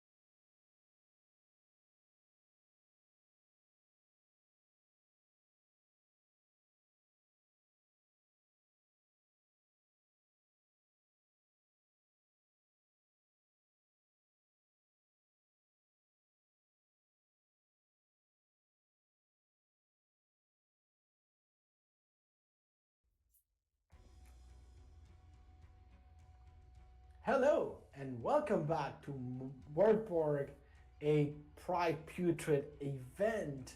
So, before we continue, I'm going to wrap up a little bit of what's been going on. This group of 4 undead LGBTQ misfits have been tasked with the mission of storming the Cathedral of Shame, this massive building that is controlling the hell where all LGBTQ people are sent after they die. And they've been trying to find who's responsible for this building and basically cut their fucking head off. They've been going through a few chambers that have been more gruesome than violent. Basically, as the stream started, they picked something called the Covenant of Despair, which actually helped me kind of steer the episode toward a different kind of aesthetic. So we're going through a very weird aesthetic, very dark, very gritty, very filled with limbs and gag reflexes and vomit. Um, so it's going to be really cool. It's going to be really fun. I wanted to do a couple of shout outs before we go back into our episodes. First of all, I wanted to tell y'all that we are $55 from our goal. One of the things that I've not been one of the things that I've not been telling you is that you can actually donate while we are playing. I thought it was kind of overstated when we said it was going to be a beneficial stream, and you've been donating, but I've been neglecting my duties, and I haven't told you that every dollar you donate actually helps our player. So depending on how much you're donating, we're going to give extra help for the rolls, which would have been really good on the last combat. That's on me. That's my fault. Because again, donations are rolling in. I've just not been passing the perks. I'll pass you some extra free perks during the second section of It this all goes episode. to charity. It's not just for Because us. I absolutely forgot. Of course, it goes to charity. We're supporting the Travel Project. Every single dollar that you donate to the Travel Project actually helps our players here, but mostly helps LGBTQ people out there to find a fantastic and better life for themselves. So, before we go into our the final part of the episode, let's talk about our beautiful sponsors.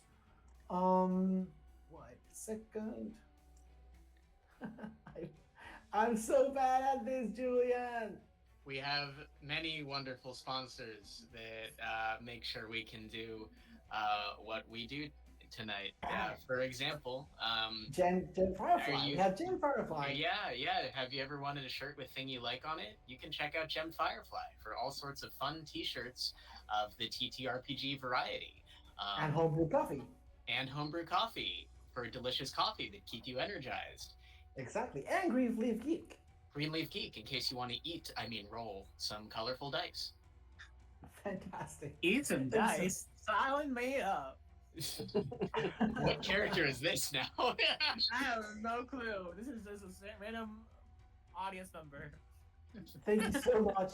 Thank you so much to all of our sponsors. Thank you so much for everyone who's donating. And let's go back into Werk Borg, where things are about to get dirtier and weirder. So, as the 4 of you just enter the chest, the rainbow constellation chest of this figure, of this stone figure that had been tortured by horrible Terminator justiciars with lashes. That's a great beginning for a second section of the episode. You actually enter what seems to be a crystal lake. You start coming out of the statue, and you actually come out from a statue very similar to the one that you came into, as if the two of them are connected. You come out of it, and you've been undead for a while. You're used to seeing the most horrible things every single day. One thing that you're not used to see It's pretty things. It's beautiful things. Beautiful places that are peaceful, that look nice. So what you're seeing here is that you're walking on this extremely shallow, kind of like a silver plate of water that just goes all the way till your eyes can meet. It's just this beautiful, peaceful chamber, and nothing seems that could go wrong. You have a second to talk to each other before anything happens. Something's gonna go wrong. I mean, we don't know that for sure. Maybe it's nice. Maybe we're on to the fun circle of hell. They weren't all bad, right? I don't think that's how hell works. Pretty sure. I feel like I might have played a video game with a room like this before. You might have. Definitely no shadow version of ourselves will come out and attack us. Or, the part where we get like a bunch of healing potions right before the big boss. Oh yeah, true. I'm like, wait, you're both gamers? What's going on? I know so little about either of you. Should we? Chandra turns around, and there is a little bit more spring in their step. Just kind of being invigorated by having people to talk to besides their horse again. Their curls kind of continue to bounce. Their cheeks remain like tear stained with black lines, but they're like, I need to know just in case we really are consigned to eternal torture. What do you want on the other side of this? What are your dreams? You know mine. What are yours? I don't dream. Mine's to be free. Okay, Grin is mysterious. Ooh. Hush just starts to giggle like manically.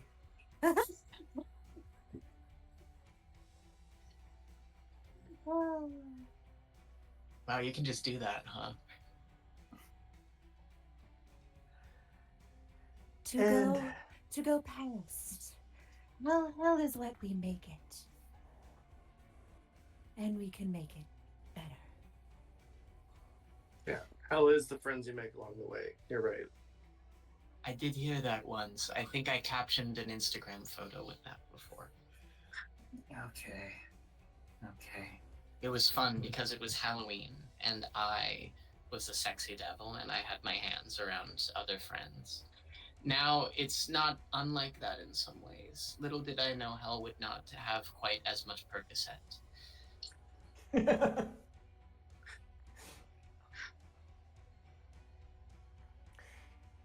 Tiresias was not far in their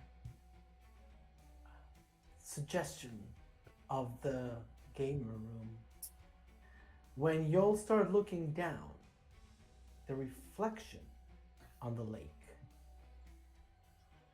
looks suspiciously familiar. You'll see your hands, half bone, half blisters, half necrotic tissue. But when you see them reflected on the lake, they're just like you remember them.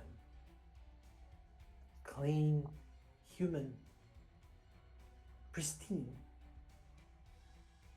And as you see the reflection under you, it's like meeting a friend from the past. Someone that you've forgotten about. It's you. I'm gonna need everybody to do an ability roll. But depending on how you describe your reaction to that reflection, I will set the difficulty ratings differently for each of you. So let's do a round. Tiresias, What do you feel when you see a reflection of your former self, alive and well, smiling back at you from the water of the mirror lake? I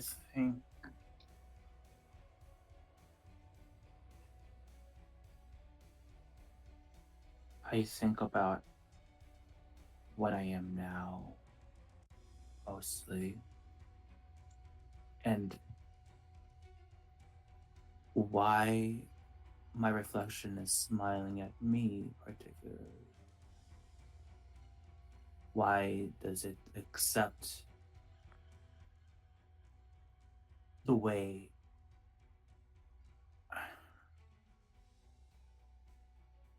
the monster I am? Good. Your difficulty rating is going to be 8. 8. Okay. Rick, what Yeah. does Grin see in the reflection of the lake? What is the perfect version of your living self, and how does Grin feel about it? Oh, like what is the perfect version? I think The older, better human before dead version. Yeah. I think Gren sees themselves as like the ideal that they would have wanted to be, because they died after they didn't protect their friend Erm. Erm was beaten to death while Gren hid, and then those same people came after them.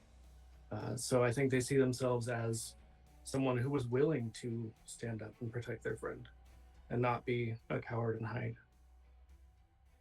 Your difficulty rating is going to be 14. Thanks. Hush. Hush looks at what they looked like in life. And it's interesting because you haven't seen most of Hush's face. And you see an older femme presenting person, seems to be probably in their 60s. Like they are towards like much later in life, as they stare down at themselves. You never told her. You should have. Open your mouth and speak. As she gives advice to her past self. Advice. Mm-hmm. What she should have done. Your difficulty rating is going to be 6. Finally, John Dredd. John Dredd is always beautiful, even in undeath. And even when they've had to mix together mud and bone marrow powdered into dust as makeup, their living self just has more of a glow. But the real difference is looking in the mirror, in the reflection. There's the briefest instance where Jondrette can see what she truly wants. Beside them is their former love, Maria, blonde pixie cuts, scattered tattoos across their arms, just holding them by the waist with so much love, not having betrayed them to make it into the gates of heaven alone. And dear Williamsburg behind the two of us, wearing a party hat because it's his birthday. For undead, completely deranged, multiple condemned individuals, 3 of you are pretty wholesome. Your difficulty rating is going to be 8. Yeah, sounds about right. Everybody roll presence, please. And let me know if you pass the difficulty rating. Yes. You did? I did. I got a 19. Good. How about those boons? How about those boons, Danielle? Remember when we got all those donations? I need to see. I don't know how to get to the boons. I don't know. Oh, how do I know how many boons have been awarded? I think like 20 sounds about right. Like 20 rerolls should be good to go. In the ballpark, right? Uh-huh. Ballpark 20. Yeah. I wrote an 11. So you're passed. I mean, I failed. I'm just looking at our You failed. Tiltify and trying to see how many bonuses have happened. Yeah, $1 is +1, $5 is +2, and $10 is +3. Oh, so not was my difficulty 8, you said? Yes. I would need to take multiple donations if that's the case. You're fine to do that. Yeah. I owe you. I'm looking at the Tiltify and I'm not totally sure when the donations came in. That said, I rolled a 4. If I take Nat 20's $40 donation, which is very sweet of them, then I will need an 8. We will thank Nat 20 for their donation. Jundrat, you pass the roll. So the gods above, they smile upon me as they always do. So, everybody pass the test of the Lake of the Other as you reconcile with this image of yourselves. Whether you are Jundret, who is always looking back at happier times, or Hush, who wants just something better for whoever's on the other side of the reflection. You'll feel like the lake swallows you, and you pass through as if from a veil, easy and without trouble. The only one who has a little bit of trouble passing would be Grin. But with the roll you gave, and with the success of your roll, the Covenant of Despair, that rune etched in your chest, starts burning. So as everybody passes through the lake seamlessly, you are alone in that pub, walking from the entrance from the bathroom, to the exit of the pub. You're free to do whatever you want here. There's nobody there. This was probably going to be a highly despair event for you, but you managed to pass that roll. But I don't want to lose the moment. You are in your former body, walking from the bathroom to the exit. You know this is an illusion of sorts, but the cathedral is doing its magic. The cathedral is doing its thing. It's giving you a tantalizing memory. How do you react? What do you do? The scene ends the moment you go through the exit of the pub. You said there's no one around? That you see. I think I would be looking for anyone I would know. You would start looking. It looks like the pub is plain daylight. They haven't opened yet. But under that table, what do you see? I think I would see probably Grin and hiding, just talking to each other about their fears. And I think that would be kind of the strong one in that moment, but maybe my undead self would go over and just give some comfort to myself when I'm still alive. Just sort of that like spiritual comfort, not any words, but just maybe put a hand on them to let them know that they can do this, to give them some encouragement. You say this. No, more just kind of energy giving to them. Awesome. As you touch them, you see both of their faces turn to you and look at you straight directly into your eyes. And both of them in this memory say, "Give them hell."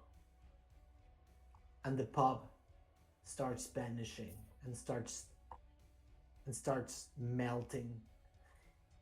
They don't melt, but the pub starts melting and the walls start like aging very, very fast.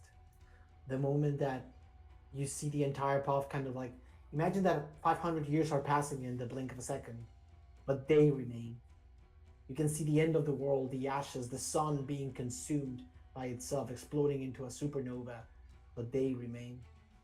And the moment that blinding light from the sun hits you, you and the other three are entering a room full of food. A banquet. Lavish, delicious, tantalizing, and absolutely impossible to ignore banquet. I think before my past and Erm's past selves disappear, I would reach into my bag and pull out Erm's skull and just kind of press it to my forehead, like our foreheads to each other, and then hand it to the past Erm. Oh, you're leaving it there. Mm-hmm. Fantastic. Fantastic. They grab the skull. You see a nod of acknowledgement. And as you enter the banquet, the skull is no longer with you. So, you all arrive at this Victorian, lavish, massive hall with a table that has all of the food in the world. This delicious cornucopias of fruits, these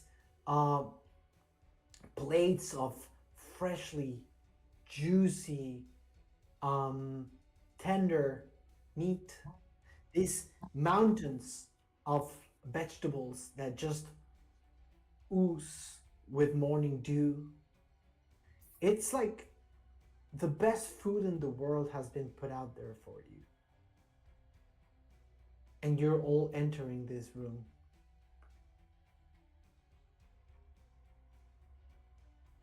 That's all you see. Is the test to eat the food or to not eat the food? I feel like it's to not eat the food because this feels like it's gonna be a trap. This feels like a trap. I don't know. It feels like it. Well, okay. Yeah, what if they think? What if they think we're thinking it's a trap and we're actually supposed to eat it? Well, that's like kind of smart. Wait. But why would we trust bigots who are giving us all of this on, maybe not literally, but figuratively, a golden platter? We shit on the food. Is that an action? It's what Williamsburg would do. Jesus Christ. I was making a suggestion. You can give this food to the little skeleton babies upstairs. Oh, you're right. Well, we can't really travel up. It's kind of, it's probably hard to be in a worse position than they're already in. So maybe they could try the food for us. If only we brought one of them down here. Yeah, we should have brought one. Maybe. No. I'm okay with not bringing the babies. It's fine. Grin, can maybe your skull friend can give a try? Yeah. I don't think they're that hungry, actually. Oh, okay. Never mind then. Interesting. Your horse could have ate it. Wait. I would not trust anything less than steak tartare to Williamsburg. Wait. You it eats steak? Steak? Of What? Wait, course. tartar? What? Huh? He's my best friend. He deserves only the best. Oh. Oh. I mean, you're all fine too, I guess, but none of you will carry me. While this I mean, you got conversation that right. has been happening, Hush has just gone over and has sat. Are there chairs at this like banquet table, or is it just the Yes. table? Okay. Yes. The most lavish banquet you can imagine, like movie banquet, that's it. Okay. Hush is going to sit down at the table and then look at everyone else and be like, It's impolite to eat before everyone is seated. Time to sit. You know, I don't really want to make them angry, so maybe I will sit too. You don't want to make the bigots. I don't want to make Hush angry. Oh, you do have a point. Wait, yeah, I'm kind of scared. Yeah, kind of frightening. No. She also seems like she's offering to try the food if we all sit down. Oh yeah, I'll just sit down and won't eat a thing. Yeah, I'll pretend. Boy, I sure am hungry.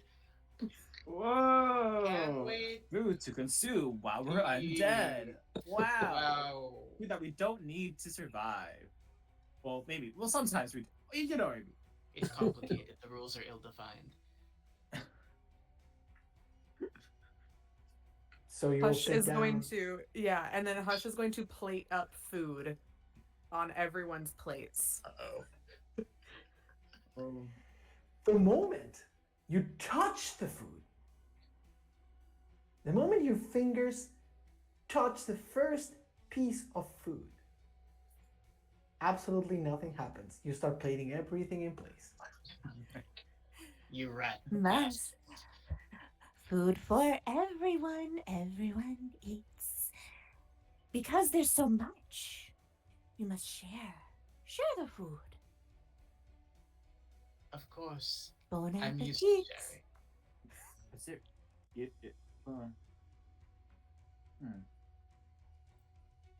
Why would they give us this much food for the four of us?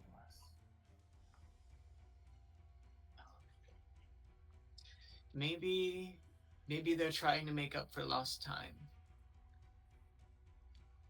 And you said there's nothing but food and tables in the room? Like, are there doors or anything? It's one big table. There is one double door, the one you came in. There's one double door all the way back.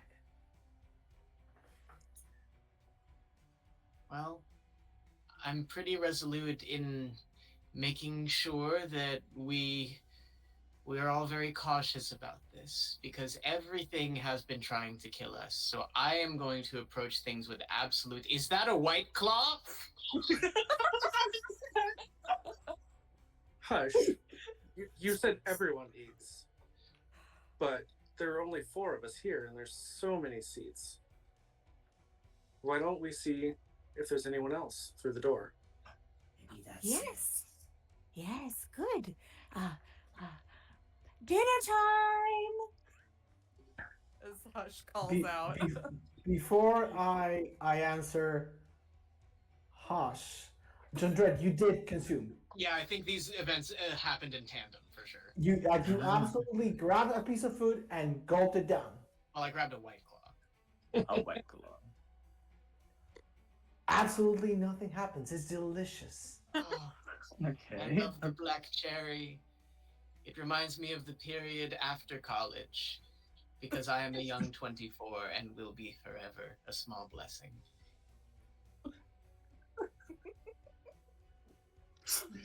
So nothing happened. John Dredd just consumed something. Nothing happened.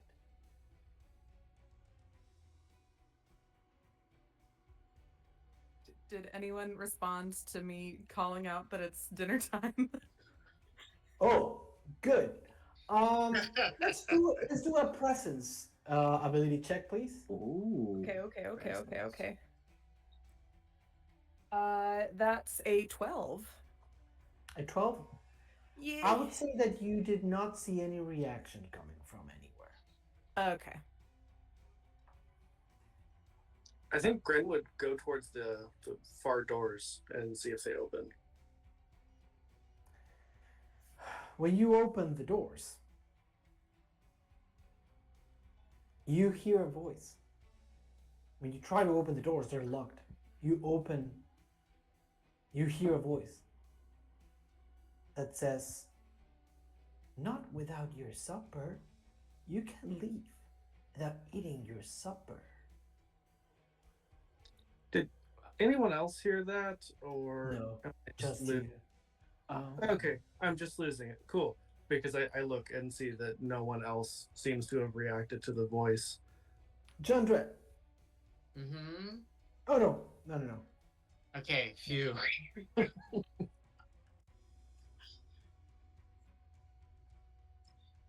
So when I opened, or when I tried to open the doors, there was a voice that said, "Not without your supper," and I don't trust this. That's very concerning. Wait. I grab a piece of food. I hold it in my hand. I walk over to the door and try opening the door with the food in my hand.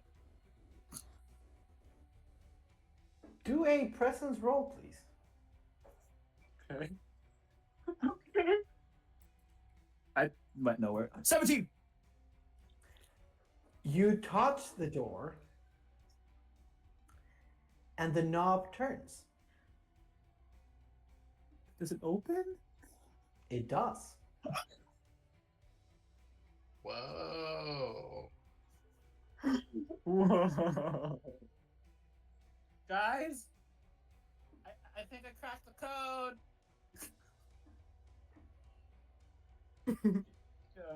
So we're supposed to leave with the food. I So have yeah. about a third left, so I can leave with the food. I'm starting to feel a little fun. How much you've consumed, John Dredd? 2/3 of this can of White Claw. Just the one. Just the one. Okay. Everybody else, what do they do?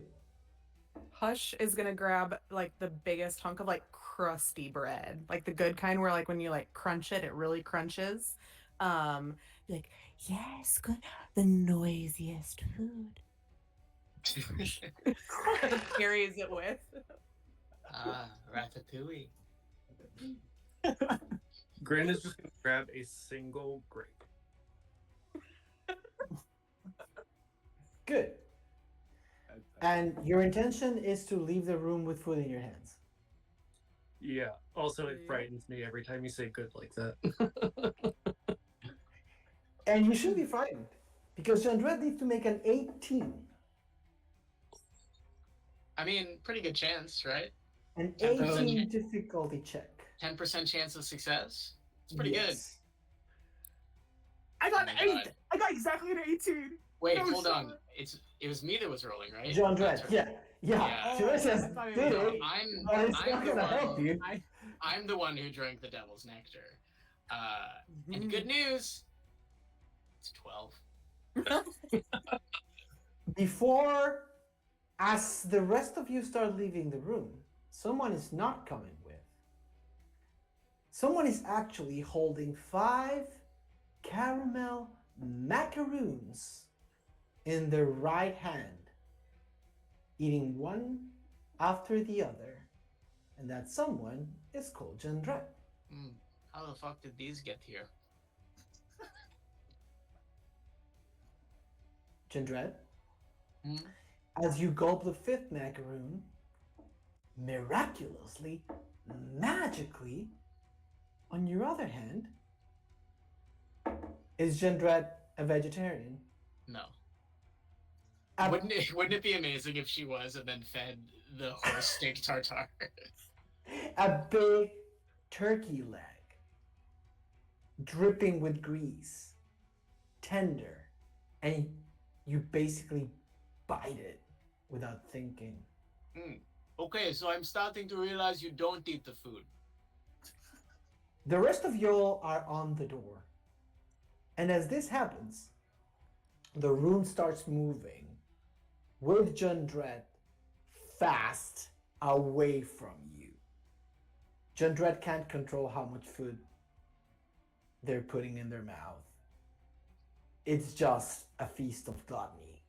And it's so fast. You can all see how this on you can actually see some of the food passing through the like a hole in their neck, and you can actually see some of the digestive tract like actually digesting some of these food. It's looking like Jundred will not stop, and the great feast will move away from you. What do you do? Ruh-roh. I've seen this movie. Jundred's gonna be a giant purple grape person shortly.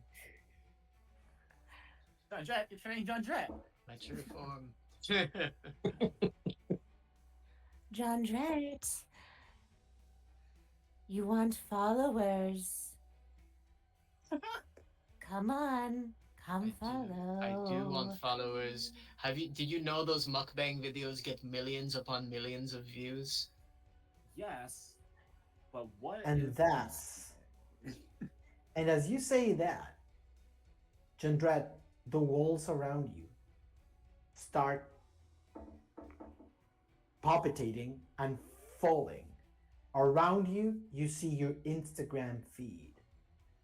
You see your Instagram feed, and you see pictures of Jundred just stuffing themselves with food.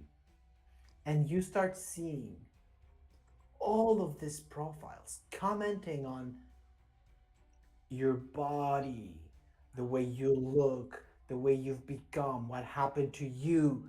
It's like basically this act of gluttony has backfired, and it's actually posting pictures of you like basically gluttoning in all of this food.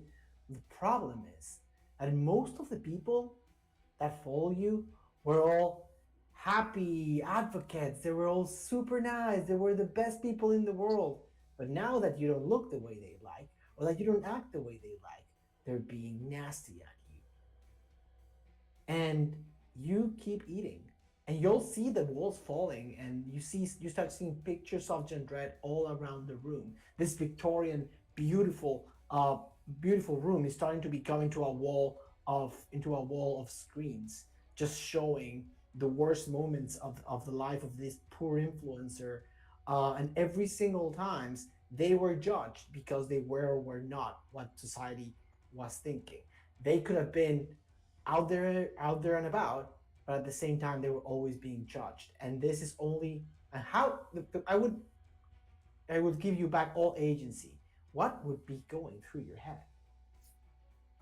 I think Jondret's inky tears continue to stain their face as they continue eating, but there is definitely a part of them deep down that is enjoying this. Because in a way, isn't all attention good attention? Are they going to keep commenting if I keep eating? And it's a feedback loop. Just completely addicted to the notifications and the numbers going up and the endless scroll of comments. The double act of gluttony, the craving for attention. The rest of you see how this room has gotten far, far, far, and now the walls are starting to crack from the door, and you start seeing like human bones like that are clinging this room together, cracking, and the room separates, and you only see a void around you. This room is taking Jundred for good, unless anybody does anything. from what I hear Julie describing, Jundred will not react. Mm-mm. So as we see that it's like starting to crack and separate, I think that Grin is just going to like leap and try to get into the area where John Dredd is and try to get. Give me a first question. John Dredd, would you resist being taken out of the lavish feast? Maybe. However, Jandret is famously bad at carrying themselves. Can I try and help break through to Jandret as that is going on? And Hush is going Sure. to stay out.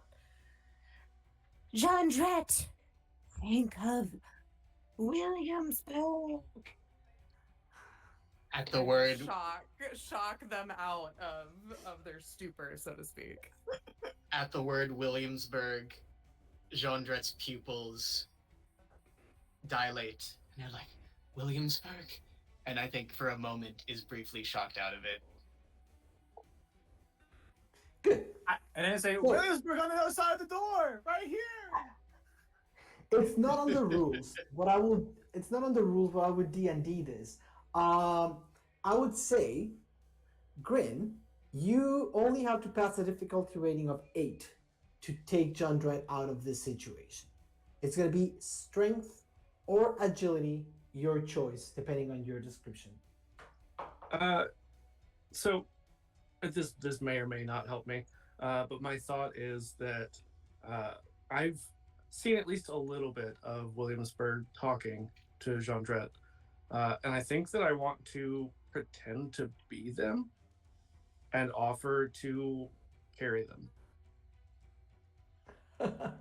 That's presence then. That's presence. There you go. Then That do a actually presence roll. doesn't help me because that's my 0. Oh, I'm gonna use an omen because Oh, man. that was 6. Okay, that's a 15. That's much better. That's good. So glad I didn't use it earlier. That's good. I think among the scrolling Instagram likes around them and the food being shoveled into their mouth, all Jean Dredd can make out is a figure running, galloping towards them. And they're like, it's you. I've been waiting for you to save me, and collapses onto Grin. Good. So Grin gallops with Jundred on their back all the way to the door of the hall. The rooms have separated enough, so I need a strength roll for that jump. Yeah. Ooh. So good at strength. Someone has a rope, right? Not good? I do have rope. Good. Yeah. I've got Then rope. then you have to then you roll a presence roll, please. Hush. Yeah. Can you I help? presently lasso me I because help? I rolled a 3. That's, what was it, Hush? 15. Good. So Wow. you don't make the jump. You don't make the jump, Grin. Having Jundred on your back and trying to jump while galloping, and you can see this undead husk like trying to like run. This kind of grim spectacle. There's fruit coming out of Jundred's mouth. All of the screens start showing. All of the Jundreds on the screens start like basically grabbing their eyes and taking them out. And you start seeing videos of people tapping on the pictures, and like all of these videos are live, and you see messages coming through, and all of them go like, go girl, love you girl, keep at it girl. But it's all deranged, like all the images on the screens are just basically either Jundred's melting or fans trying to consume her and eat her. And that's basically when you jump and everybody looks back. You see that one of the big, like, there was like probably a kind of what looked to be like a roasted animal, right? And then from these screens, all of these Instagram fans crawl out like this oozes of ghosts and start eating that animal. And when you start seeing the animal, or how they eat it, they're basically consuming what looks to be like a roasted, probably influencer, as you'll cross the doors and they slam shut behind you. Oh my god. Oh my god. Touches Grin. Not a good plan for my teammate, but You're not. Oh my god, you're not maybe Williamsburg. we can cook. You're Just Grin. maybe. I just gotta loop Yeah, this we'll up, we'll right? never speak of this again.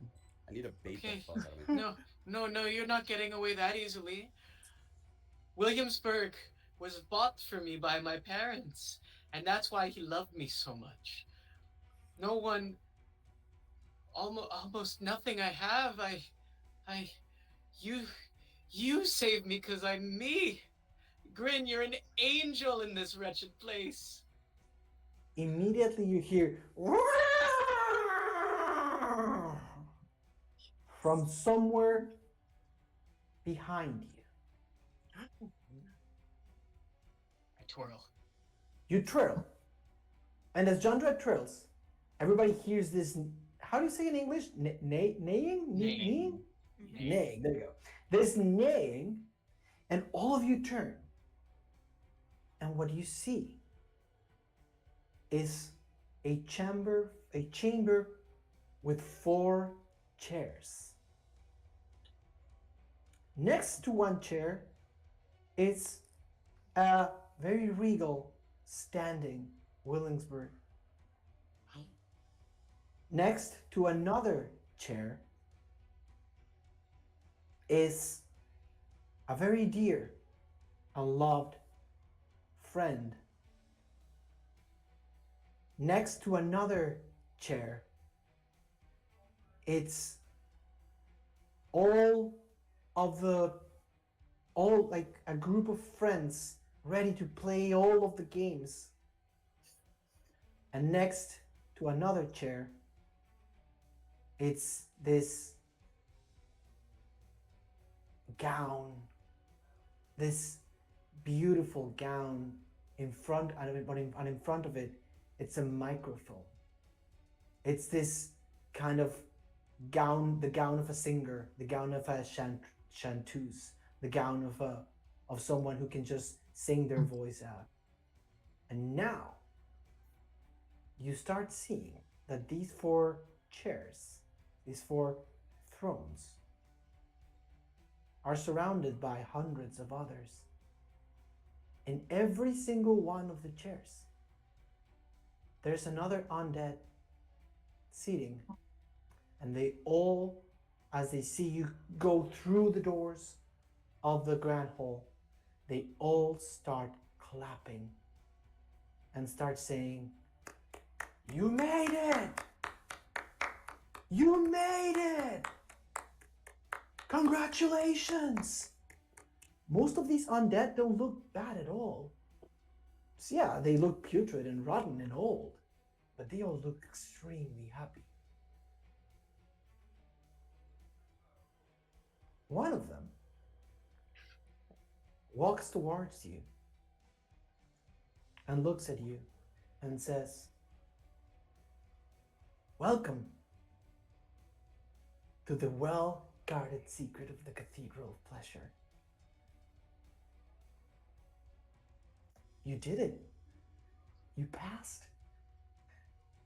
You passed all of the tests. You probably did not put the Christ to rest, but you gave them something to do. You managed to avoid the pleasures of the flesh. You stopped the pain of so many. You encountered the worst and the best of you. And you were able to control the urges of devouring your dreams." Definitely did that. Definitely controlled them. Yes. This figure that is talking, you could say looks clean and kingly. First, doesn't look like any, like a kind of like a mirage. But as you start seeing their figure like contort and become something else, it's like this master of ceremonies, whatever you picture as a welcoming, beautiful master of ceremonies, looks at you and says, "This is the end of the road. Beautiful, beautiful undead. Sit down and be a part of eternity." No. Who are you to tell us that this is the end? Who are you to tell us that we have achieved what we are supposed to achieve? We decide that for ourselves, not you.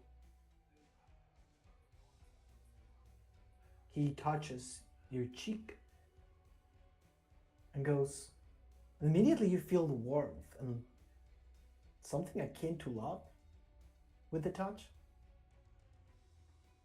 Give me a presence difficulty check roll, please. Is that 16? everyone? You no, just for the time, just Rick. Okay. You don't see ill intention in this figure. No. Wait. Hundreds have tried to get to where you are right now. Thousands, I would say. Do you want to see them? And this rope comes clinging down and goes like, should I? What was different about us? Why us? I don't know. The fact is you are here, and so are they. And you see everyone standing up, clapping silently. Some of you recognize people from the army. If you've been in the army long enough, if you've been long enough in this, you would recognize them. Like these are part of the adventurers and other undead who tried to like storm the cathedral. Yeah, I think I would turn to my companions and just kind of shrug. I still don't know who this guy is. I will utter a desperate plea. Williamsburg. I call out to my horse next to the throne, who is, by the rules of the text, smarter than me. Williamsburg, please. I miss you so much. I so badly want to rest. Is this all there is? Williamsburg from its place back there goes. But first gallops towards you a little bit and says, "Baby John Dredd, you know I only want the best for you." Oh, you have such a way with words. Come, sit, rest. We are all here. We are all making the choice. This world has got to change. But why should one person make that choice? You're telling me they're all working together as some Absolutely. organization, some type of Mork org? Yeah. I have only been here as long as you've been here. But I can tell you that they all want the best for you and for everybody out there. They just need to fill the seats in the council. There's just 4 missing. They made a mistake, though, Williamsburg. My throne is not there. And I delicately fling myself across his saddle.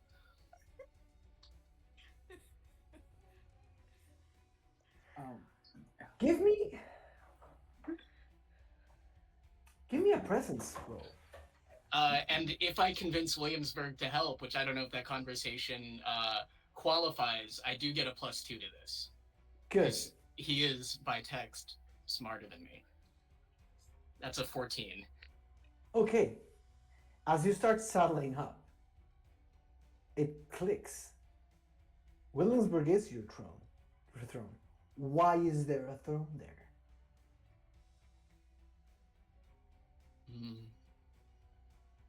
There's more to this, I say to my companions. I'm where I belong. And yet, they beckon for us. No, I wasn't buying this at all.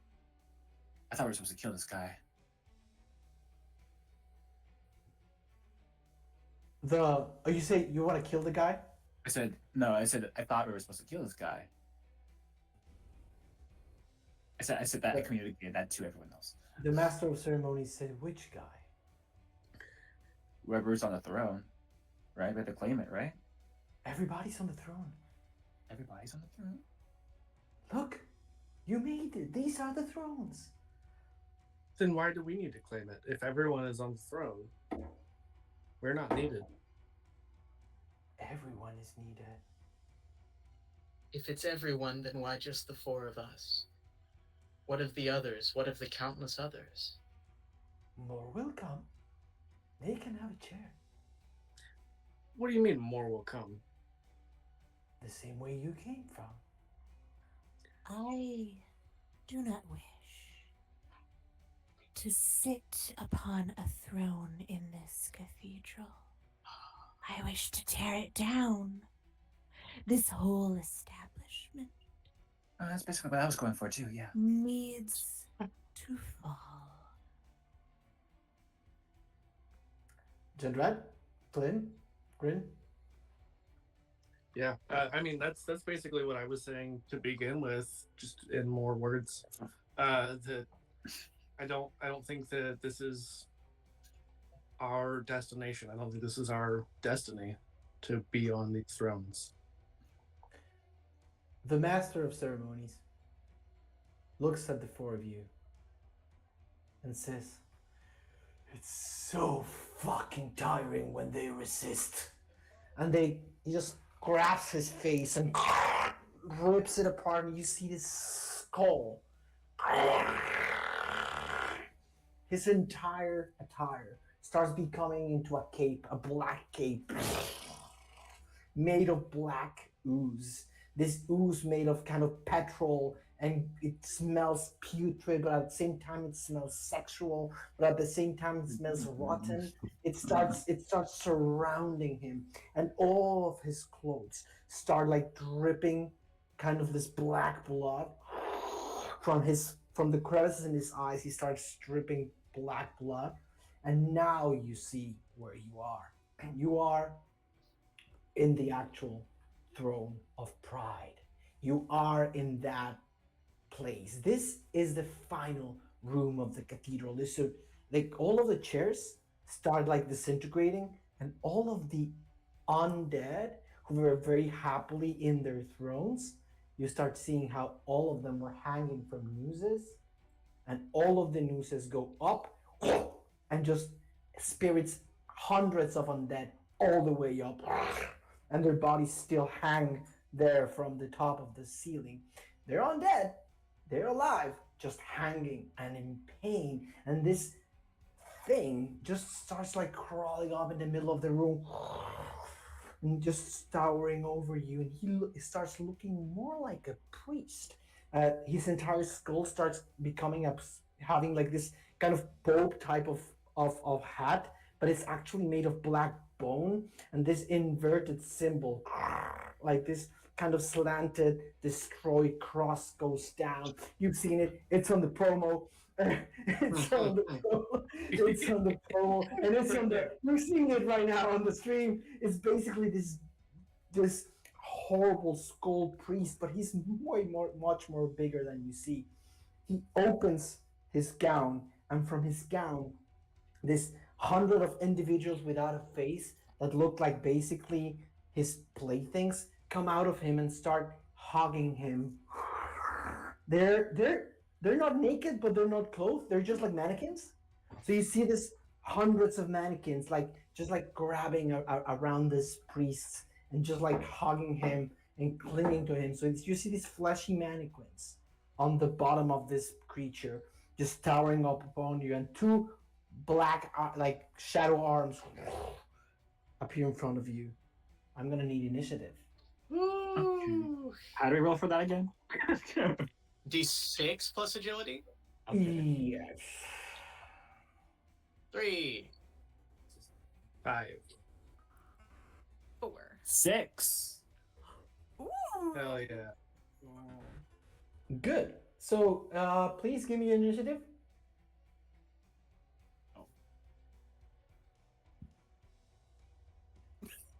So Timmie's first with the 6.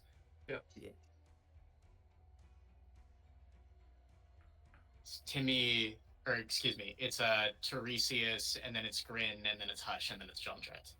Yes. Mm-hmm. And you start. Okay. Well, when you look at that, you kind of look cooler this way. Less lizard-like. I'm going to use Roscoe. I'm going to attempt to use Roscoe's Consuming Glare again on this thing and pray it works this time. Don't backfire, please. Come on, come on. 15. 15. That definitely 15. passes. What happens? Okay. So it's D4 creatures lose D8 HP each. So do I need to roll for the D4 still, or just him? No, you need to roll the d8. Okay. Well, D8 for damage with D4. Like, can I just select him instead of rolling the D4 to see how many creatures are affected? Oh yeah, because it's gonna be 1 no matter what. It's gonna Okay. be him, and you might get some collateral damage on some of his minions. The minions are basically just like hogging him. They don't there's seem to be minions. like violently. They're more than minions. They're just like this kind of like mannequin toys that are sexually clinging to him.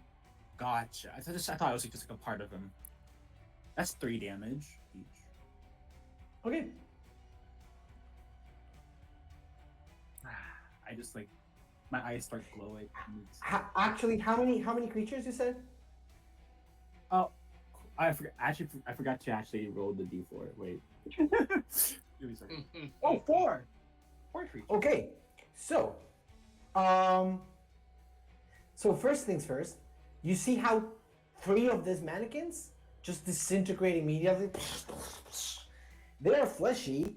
They're this weird living thing. They're bloody and they have bones, and you can see them disintegrate. But they don't show no pain. They don't yell or scream or anything. You don't even know if these things are like created or just part of this sick, twisted place. But like they basically explode with your spell in a massing hulk of blood, and you see how this dark priest, who's actually called Hierophant Chrysostomy. I forgot to say the name. So this Hierophant Chrysostomy, this kind of old creature, just like gets your spell. It hits it, and you see how it kind of like enjoys it and almost makes like a moan that goes, Oh, that's that good. I sounds see. that feels fantastic. What if I don't want to kill this thing? I want to romance the dark priest. We have to now. I mean, like, I don't want it to. You know what I mean?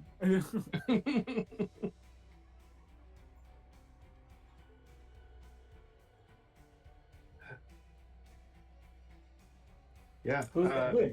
Who's next? Yeah. I'm just gonna keep doing what works, and I'm gonna hawk another loogie. You're still looking? It did not do it. Nope, that was a 3. Good. Yeah, so that's so that doesn't hit.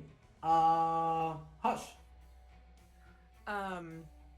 Hush is going to pull the rusty, jagged sword back out, and is going to start like making their way towards this Hierophant. And is like, at least you can enjoy your death. This will be the final one. And is going to try and attack. That's pretty sick. It's a 15. That hits. Yes. Hell yeah. Huge How much? damage. 6. How much? 6 damage. 6. Good. There you go. Good. Now it's Jandret. Jandret is going to, with immense effort, straighten them back so they're sitting up straight on Williamsburg's saddle, gripping the reins in one hand and their dagger in the other. They just say, "Giddy up," and they're going to swoosh by and make an attack with the dagger. That is a 13. That hits. Oh Okay. wait. Yeah, that hits. Okay, I have rolled 3 damage. I've only rolled 3 damage with this dagger, which is pretty good considering it's a d4. Good. So, as you'll finish, you see the 2 dark arms slash, basically hitting anybody who doesn't pass a DR12 defense. So it's agility. Safe. Exactly 12. Uh-oh, Grin's shaking their head. Yeah, got a 6.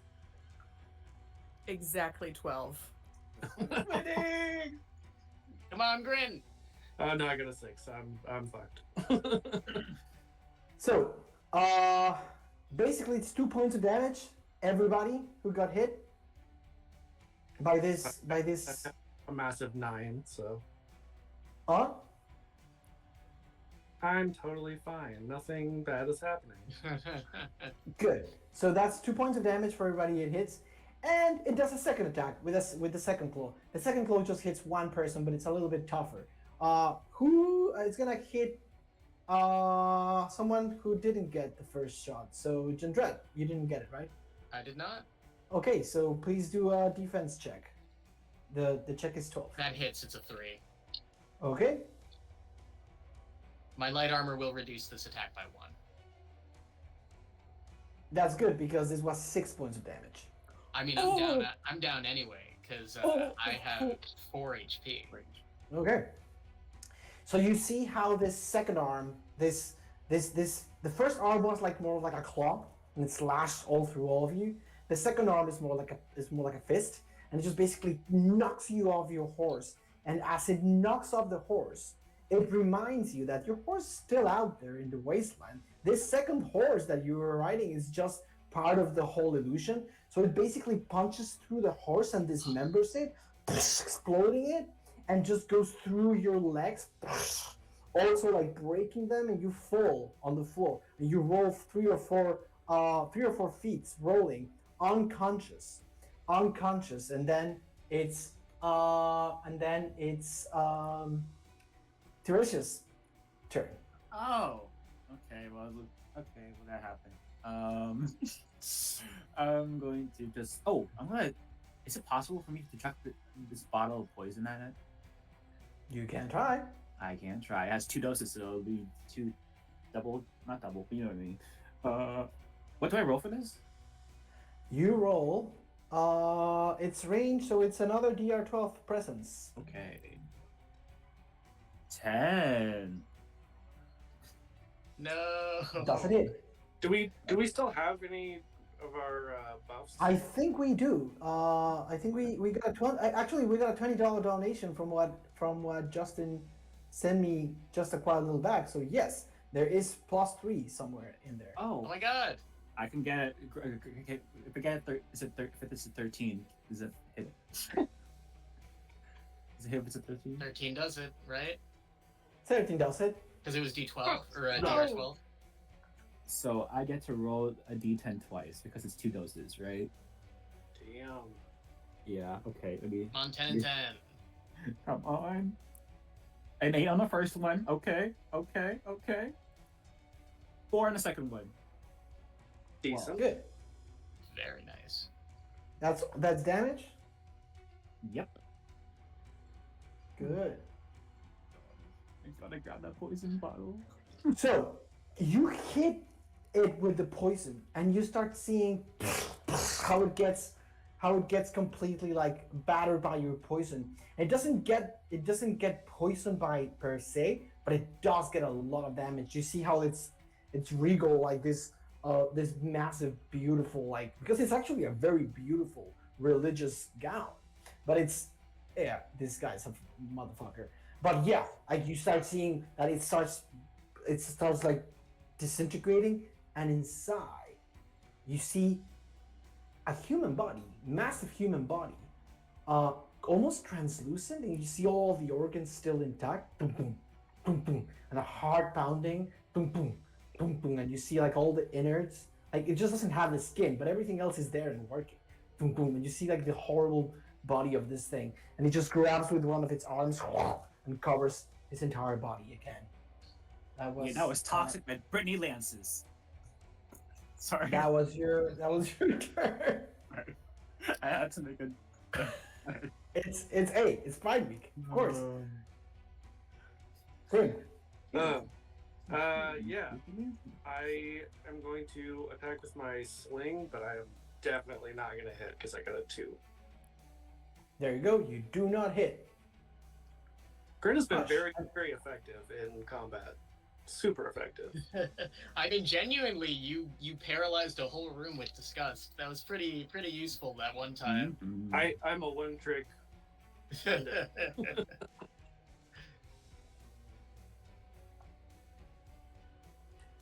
Hush now, right? Is it me next? Okay, thanks.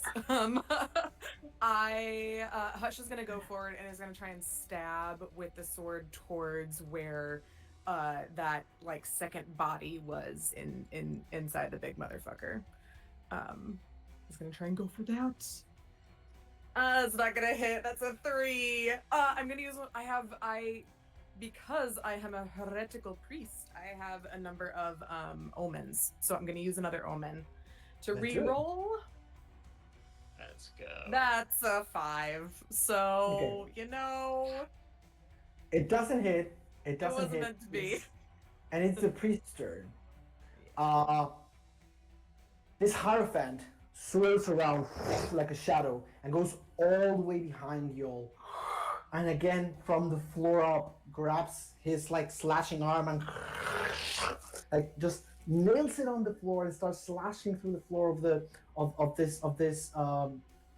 of this chamber, and just like grabs like stone from the floor, which is, again, it looks like marble, but it's actually bones. So you can see how it's like grabbing like bones from like dead, like undead remains, and just like slashes you, and you see like it slashes you with like pieces of bone and skull of other creatures. So again, please give me a D12 agility check. Everybody except John Dredd. Mm-hmm. Okay.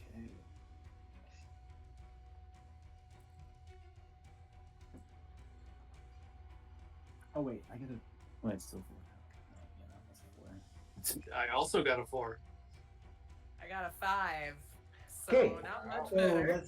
let's hope my roll is not that good. Okay, that's 1 point of damage for all. Whew. Okay, so I can reduce Oh. that by 1 point of damage for each of you. And fortunately for you, he's not gonna do his second attack with the punchy puncher. He's gonna grab one of his like he's just gonna grab with the punchy arm. He's gonna open it, and he's gonna grab one of these kind of mannequins that are like highly sexualized, like maybe a male presenting one. Again, they have no face; they're just like mannequins. They're like Barbies, and just like looks at it and goes, opens his mouth and just like gulps it in one go. Like,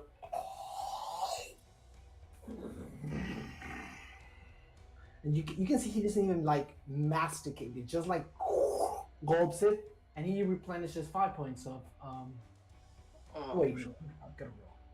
Yeah, 4 points of damage. There you go. Now we have Timmie, Teresius, it's your turn. All right. Okay, time to do some more damage. I'm going to try to fling my flail at him again. Hell Come on. yeah. I'm not gonna count that. 19. There you go.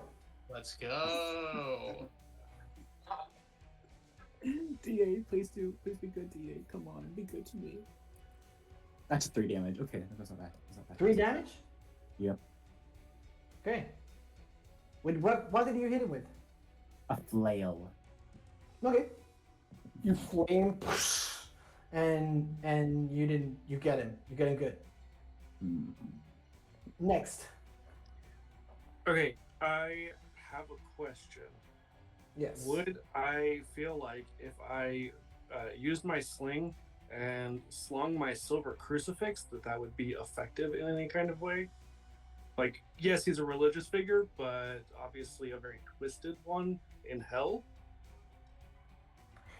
I would say it would do the physical damage unless the book says otherwise. What does your item say? I will It also doesn't say say Jandret went unconscious holding a very powerful dagger, if you want to scoop that. Would you have mentioned that, though? You would saw have me seen use it. That's Yeah, you true. would have seen. If for Yeah. flavor, I could have rolled after having the legs knocked out from under me, and it's just in my hand like that. A beam of light shining right on it. Mm-hmm. Yeah, you know what? I'm gonna grab that and try to fling. the That would be dagger. 1 turn. Grabbing the dagger is 1 turn. Okay. Cool. Then I will. Yeah, I'll do it. I will say this dagger is a D4. On a 1, by the text, the target dies immediately of deadly poison weeping from the blade. Insta-kill. Yeah. Amazing. I remember reading that on the sheet. So you're gonna use your turn to grab Jandret's blade. Yep. Good. Hush. So with Jandret being down, they're unconscious, not dead, right? Yes. Okay. Well, I guess I gotta wait because I have an ability where I can bring someone back if they're dead, but Well, not. the question is if Jandret got negative HP. I or did. damage. I did Oh, get then you're negative. dead. No, then you're dead. then. Okay. Okay. Yeah, Cool. because I took 5 damage and I had 4. That's each. dead. Then. That's dead. then. Amazing. Well, then I can use my power, which is Unmet Fate. One creature dead for no more than a week is awakened by your good. terrible memories. So there's a caveat, but at least you're dead. Okay. But I gotta roll for it. Okay. It's a spell. I'm gonna use my last omen. Oh no. Come on. And there's also, because it was $20, we have another +3, so it's fine. Oh, Yeah, that was only a 2. So even with that, I would not have met the 12. You rolled so So you bad lose 2 today. points of damage. Well, but I'm gonna use my last omen, so I'm gonna try Okay, a okay, reroll okay. and see if I can get Do it.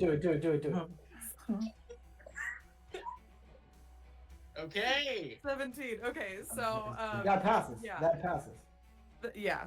So Jandret is awake again, but What are the bad it's like- memories that they see? I don't know what bad memories would wake Jandret up. Oh, I thought it was your bad memories. I see. No, it's you. You like wake up from a bad dream essentially. Oh, gotcha. Yeah, is the flavor. All right, then I think Jandret sees themselves and their ex Maria about to enter the gate of heaven, and then Maria said, "They said there's only room for one more," and pushed me into hell. So I think I wake up and I'm like, Maria, oh you bitch. You got Titanic. That's right. Wow, you got pushed out of heaven. so Oh. much drama. Amazing drama. Oh, we hate her. So Jandret, you're back on the fray, and it's your Oh my- turn. Oh my god. You do not have the blade though. It's been taken away Can from you. I step over to Grin, who saved my life before, clasp him by the hands and say, "Together." I will say, for the sake of story, Grin is basically taking the blade as we speak. So you wake Oh, up as this is I see. happening. So yes. So Together. what I would love to do, I don't know how the mechanic would work here, is on Grin's turn, I would love to provide some type of boon, assuming I stay conscious, to them as they make this attack, as we both attempt to jam it in where it hurts. That is a big assumption. Let's do this. Let's do this. Time is of the essence today, and I can see Justin's face looking at me with like, how long is this coming? I'm joking. By the way, thank you so much for Justin on tech. He's been amazing. So, yes, the answer is yes. You can do it. Okay. At least one of us is gonna hang on to it, and if we both stay up, we're both gonna try to ram it through. Heck yeah. I think it's the priest's turn now, right? I was gonna say, do we have to make it through the priest's turn first? Yeah. The Hierophants. Danielle, Yes. isn't it the You got a priest's one? turn? Uh-huh. I was offering my next turn to help Grin do it, like give Grin advantage or something like that. Oh, that's good. That's good. Okay. Oh, it's my turn then. Yes. Yeah. Yeah, if you want us to attack now. I thought you were gonna do it right now. So, the Hierophant has just got some of his HP back, and then he grabs the claw and the punchy hand, and then just crunches both into a punch. So it's just gonna be hitting one person, but it's gonna be harder hit. So first, the first punch is gonna be towards Hush. So Hush, please give me a defense agility check, please. Come on, agility. Come on, agility. That's 17. 17? Oh my You god. see this massive like fist rolling towards you, and you basically in a very elegant but hushed movement just go and just let it pass you, and then the second fist rises up and tries to smash where Judred has been there for a while. Where Tiresias is, and tries to smash you to Agility, pieces. agility. Tiresias. So it's and actually you did quite a bit of damage with that poison. So yeah, there's some vengeance coming toward you. So it's a DR12 agility, please. So do we still have any of those donation bonuses? +3. We have a final last +3. That's still not enough. No, I did not make. I failed. I got a 3, a base 3. Okay, that's not terrible. You get a 3 points of damage. Oh, 3 points of damage. Oh, that's 1 point of damage. Okay, good. We're good. We're good. Yeah, exactly. Good. We're good. Good. Now it's your turn, Tricious. Oh, it's my turn. Oh, Yeah. Flail again. We're gonna do this back and forth. The flail again. Come on. Come on, flail. What flail? 15. Okay. Come on, D8. Let's go. Come on. Down. 3. Another 3 damage. Okay. That's what you get. 3 damage. Nice. That's 3 damage? Mm-hmm. Yep. 3. Okay. You see how this flail breaks again through his there has to be a word in English that I just don't have the dictionary for. How do you call like a priest gown? There has to be a name for it. Okay. Oh, the robes? The robes, yeah. Isn't there like a more like pompous word in English? There has to Probably. Probably. You destroy, you flail and destroy these robes, but now when the robes open, you see like all of the internal organs of the Hierophant are bleeding and oozing like pus. Whatever you've been doing, it's working. This pristine body that has been fed by mannequins for the past who knows how many 100 years, it's actually bleeding and oozing pus right now. Grim, it's your turn. So, What did we decide on how we're You gonna are do? going to basically have some sort of advantage. So what I'm going to do is I'm going to lower the difficulty rating for the priest. So if you do the melee attack, you only need to hit a DR8 instead of a DR12. Okay. Come on, Grin. Together. I rolled exactly an 8. There you go. Yeah. It's a D4, and then that's damage, but if it's a 1, we kill him. It's a 4. Still pretty good. Yeah. With a 4, that hits the coveted 30 points of damage that the Hierophant that the Hierophant Chrysostomy had. So you basically, both of you, grabbing this blade in your hands, start to go towards him, and you have the entire exposed organ body of the thing in front of you. How do you finish the reign of terror of this homophobic bigot that made hell for all of LGBTQ people?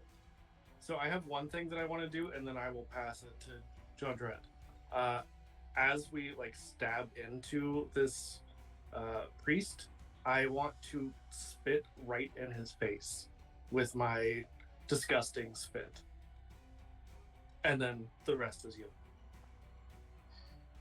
As the acidic spit oozes down the Hierophant's face, gripping the dagger together, Jondrette is going to say, "That's the thing that you'll never understand about us. Gay pride isn't enough anymore. It is time for gay wrath."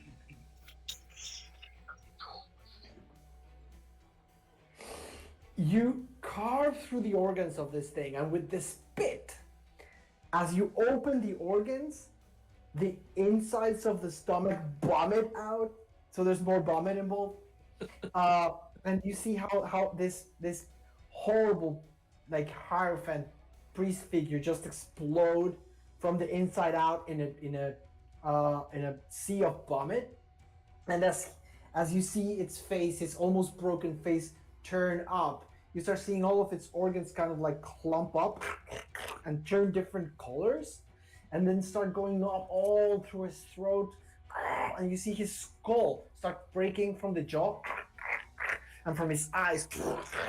All of the pus from all of the colors of the rainbow start bleeding from its eyes as it falls on its knees, and you start seeing all of this pus of all the colors of the rainbow just bleeding from its skull as it falls in a thump. It immediately decays, like if 150 years of rot and decay of rot and fermentation had just taken over it, and he turns into a garden. There's a feeling and kind of creeping. You see all of these vines creeping and just turning into this kind of, it used to be this kind of marble chamber, and it starts becoming a massive Eden garden, this Garden of Eden with fruits hanging from everywhere. And you see how all the other undeads are starting all the robes start going down, and they're unconscious, but the robes kind of turn into snakes, and all of the snakes unfurl and just go all the way up. So all of these undead have been captured here for centuries, just lie sleeping on the floor. And again, for one last time, but now this is for real. This beautiful golden throne emerges from the center of the garden. And as you all see it, the golden throne starts breaking, the gold starts breaking like old chipping gold, and just becomes this throne of bone. And you see it. And that figure that received you originally, those three kind of distorted sculpture of a threesome, enters the room from above. Now they're separated, and they look at y'all and say, "What? He's gone?" Is it over? It's never really over, is it? But there's people that we can save in the meantime.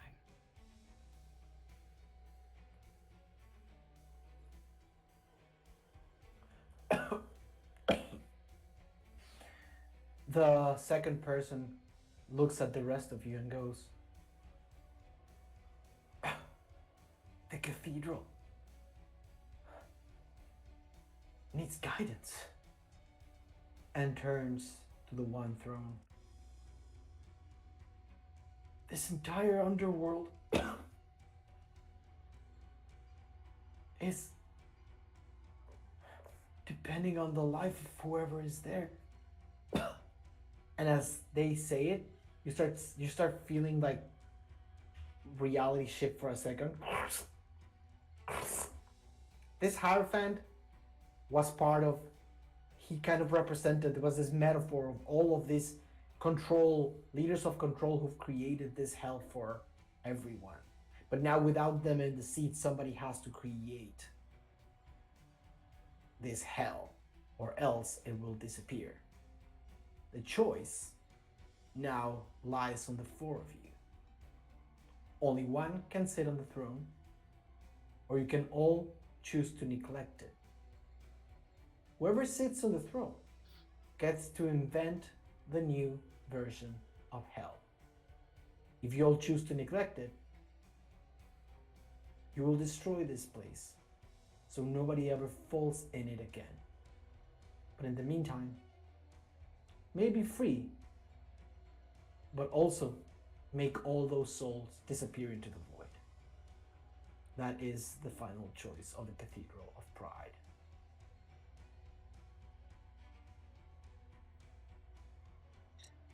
I think I would turn to Hush. I was kind of thinking Hush too.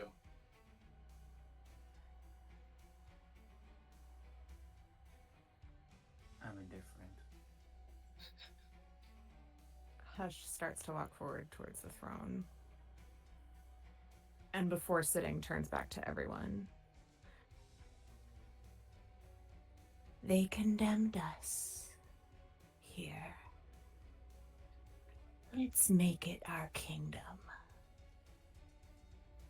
And sits in the throne. As Hush sits in the throne, you start feeling like the fabric of this hell is just, imagine that 100 threads just immediately just grabbed onto your hands, and you feel how they pull on you. And you'll see how both of Hush's arms are pulled from this invisible strings. Each of these strings control reality now. This is your hell. How would Hush remake this hell so every single person who was never welcome in the world above finds a place in this kingdom of yours?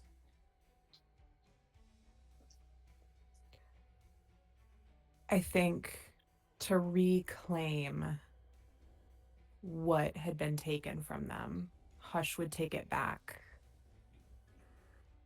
to the beginning. You want to start a war with the... I want to make a utopia. I want to make a garden to rival their Eden, but better, where the gates are always open and anyone can enter. As you say that, you'll start feeling Hush and Throne kind of swirl.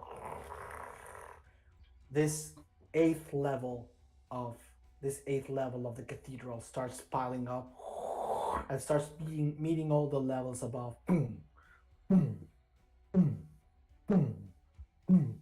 You'll start recognizing the places you've been visiting.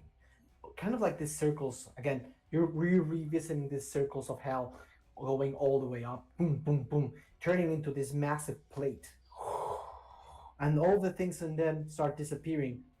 All the prisons where people were prisoners disappear, and they're all just looking at each other. Even the little toddler skeleton kids just like lie standing as all these levels start piling up on each other and turning into this one big golden plate that breaks the floor and starts hovering over the new hell. The building that you entered crumbles as this plate destroys it. All of its spider legs just give upon themselves. And as you're all looking from this golden plate on top of this wasteland of ash, you start seeing rain for the first time ever. And you start seeing that under all of the ground of bones, of blood, of pus, of putrefaction, small dandelions start sprouting from it. And with that, we finish tonight's stream. Can I light a light onto the dome so then it hits the I want to make rainbows. Like, it's raining, we have to make rainbows. Absolutely. You actually, let's say that you create a pulse that creates this like halo of a rainbow over all of paradise. Jandret. As the rainbow engulfs John Dret, their wounds start to patch up, and in a flash of pink light, they go ah and become a centaur. If that's not the most Juli ending ever, so that's a great cue. What's going on with Tiresias and Grin? As you all ascend into this shared throne of paradise. Go ahead, Timmie. I just reflect on our journey. I just stand there and reflect how we got here. That was be about a lot more grim of an ending. he was craving. Tiresias was craving for something bad to happen, but nothing bad happened. Maybe Tiresias can have their own pocket of grim space in this place. Basically, what Hush wanted is for you to get whatever you want. So True. you can get a little bit of rain on the parade. Despair. The emo hell. I don't know. Do you think that would have gone to hell or to heaven? Every single LGBTQ person has come here. Even Maria, who thought got into hell, is probably somewhere down there. Yeah, I think Grim would go find them and start making plans to basically organize the army that we've already got to go after heaven. Love that. So, that is the end of Mork Borg or Werk Borg for our Pride charity event tonight. I hope you enjoyed it. This was a little bit of a longer session, but I think it was pretty fun. Mm-hmm. I think that I hope that not every one of my metaphors was too much in the face, but if they were, that was the point. Hopefully y'all enjoyed this idea of craziness, but without further ado, we have a couple of announcements to do before we finish. The first of the announcements I have right here in a message that Justin sent me. The winner of tonight's Greenleaf Geek $50 gift card is going to be Jackie. So congratulations and thank you so much for your donation. Also, this is the right and the best moment for y'all beautiful players to tell us a little bit more about you, where we can find you, and what do you like to do. Now we're gonna go in the opposite direction as our introductions. Jadret, Julie, who are you? And where can they find Hi. you? You can find me here on Roll D5, wherein I am a person who co-runs the channel. You can find me on most social media as some variant of Julie CL, CIEL, sometimes with an underscore or sometimes with a capital I as an L. I am an award-winning audio drama writer for The Realm Tree, a series about how fairies get their wings, featuring actors from Avatar: The Last Airbender and Genshin Impact. You can catch me in the Castleton streams along with Danielle over on the Winter's Tales co-channel. And most likely very soon, I will be announcing the full details of a pre-recorded Gubat Banwa series that I've been working with for a channel, and it's a wonderful Filipino TTRPG. The lead designer stepped down due to online misconduct, so the rest of the team is trying to pull it together and have a game in spite of that. So I'm still going to do everything I can to support their efforts because it's a wonderful Philippines and Southeast Asia focused setting, and they're trying to move on past him, and I want to do my part to help them get there. Absolutely, I'm with you in this feeling. Now, Steph, thank you so much for playing Hush tonight. So tell us about you. Yeah, I'm Steph. You can find me Are you pretty Queen of much- Hell? Queen of Hell, yeah. But I am also an award-winning dice maker. So you can find me wherever on the internet at Equinox Dice. I'm also in Castleton. And you can also find me Tales of Novum. I'm playing in Echoes of Legacy right now, which is a Fabula Ultima system. So it is a JRPG, JTTRPG. It's so fun. It's so great. I ran it for the channel. It's so great. much. Yeah. play it So sometime. it's so good. It's so good. So yeah, that is where you can find me these days. Now, thank you so much. And Rick, what about you? Yeah, so I am the GM, the person who does all the stuff basically for the Hammer of the Gods podcast. Anywhere that you find HamPod on social media, that's me. I also write for Even Footing Games. We just had our first ever Kickstarter that wildly exceeded its original goal, which is really cool because it's the first time that any of us have gotten paid for the work that we're doing. That's crazy. Yeah. Does that happen? Apparently. Amazing. Congratulations, by the way. Thank you. And may you have 100 new prides. And finally, our beautiful Teresias. Timmie, tell us about you. I am Timmie. You can find me on socials at Timmie_Slimmy, both with an MIE at the end. And I play games here on RD5 and occasionally on Juli CL's channel where we play Gubat Banwa. Thank you so much. So, finally, I am Daniel. I am again a Mexican TTRPG creator.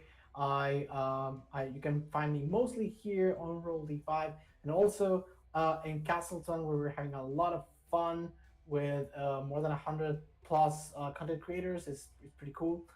Maybe you can find us over there, being very dramatic.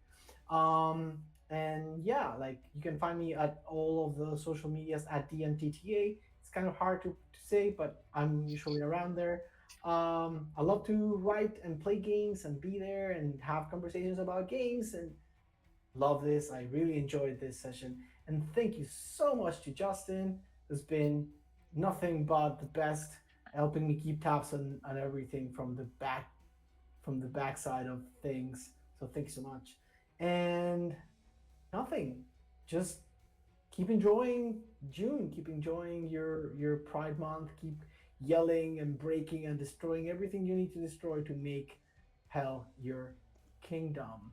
And please hydrate and have a fantastic rest of the night.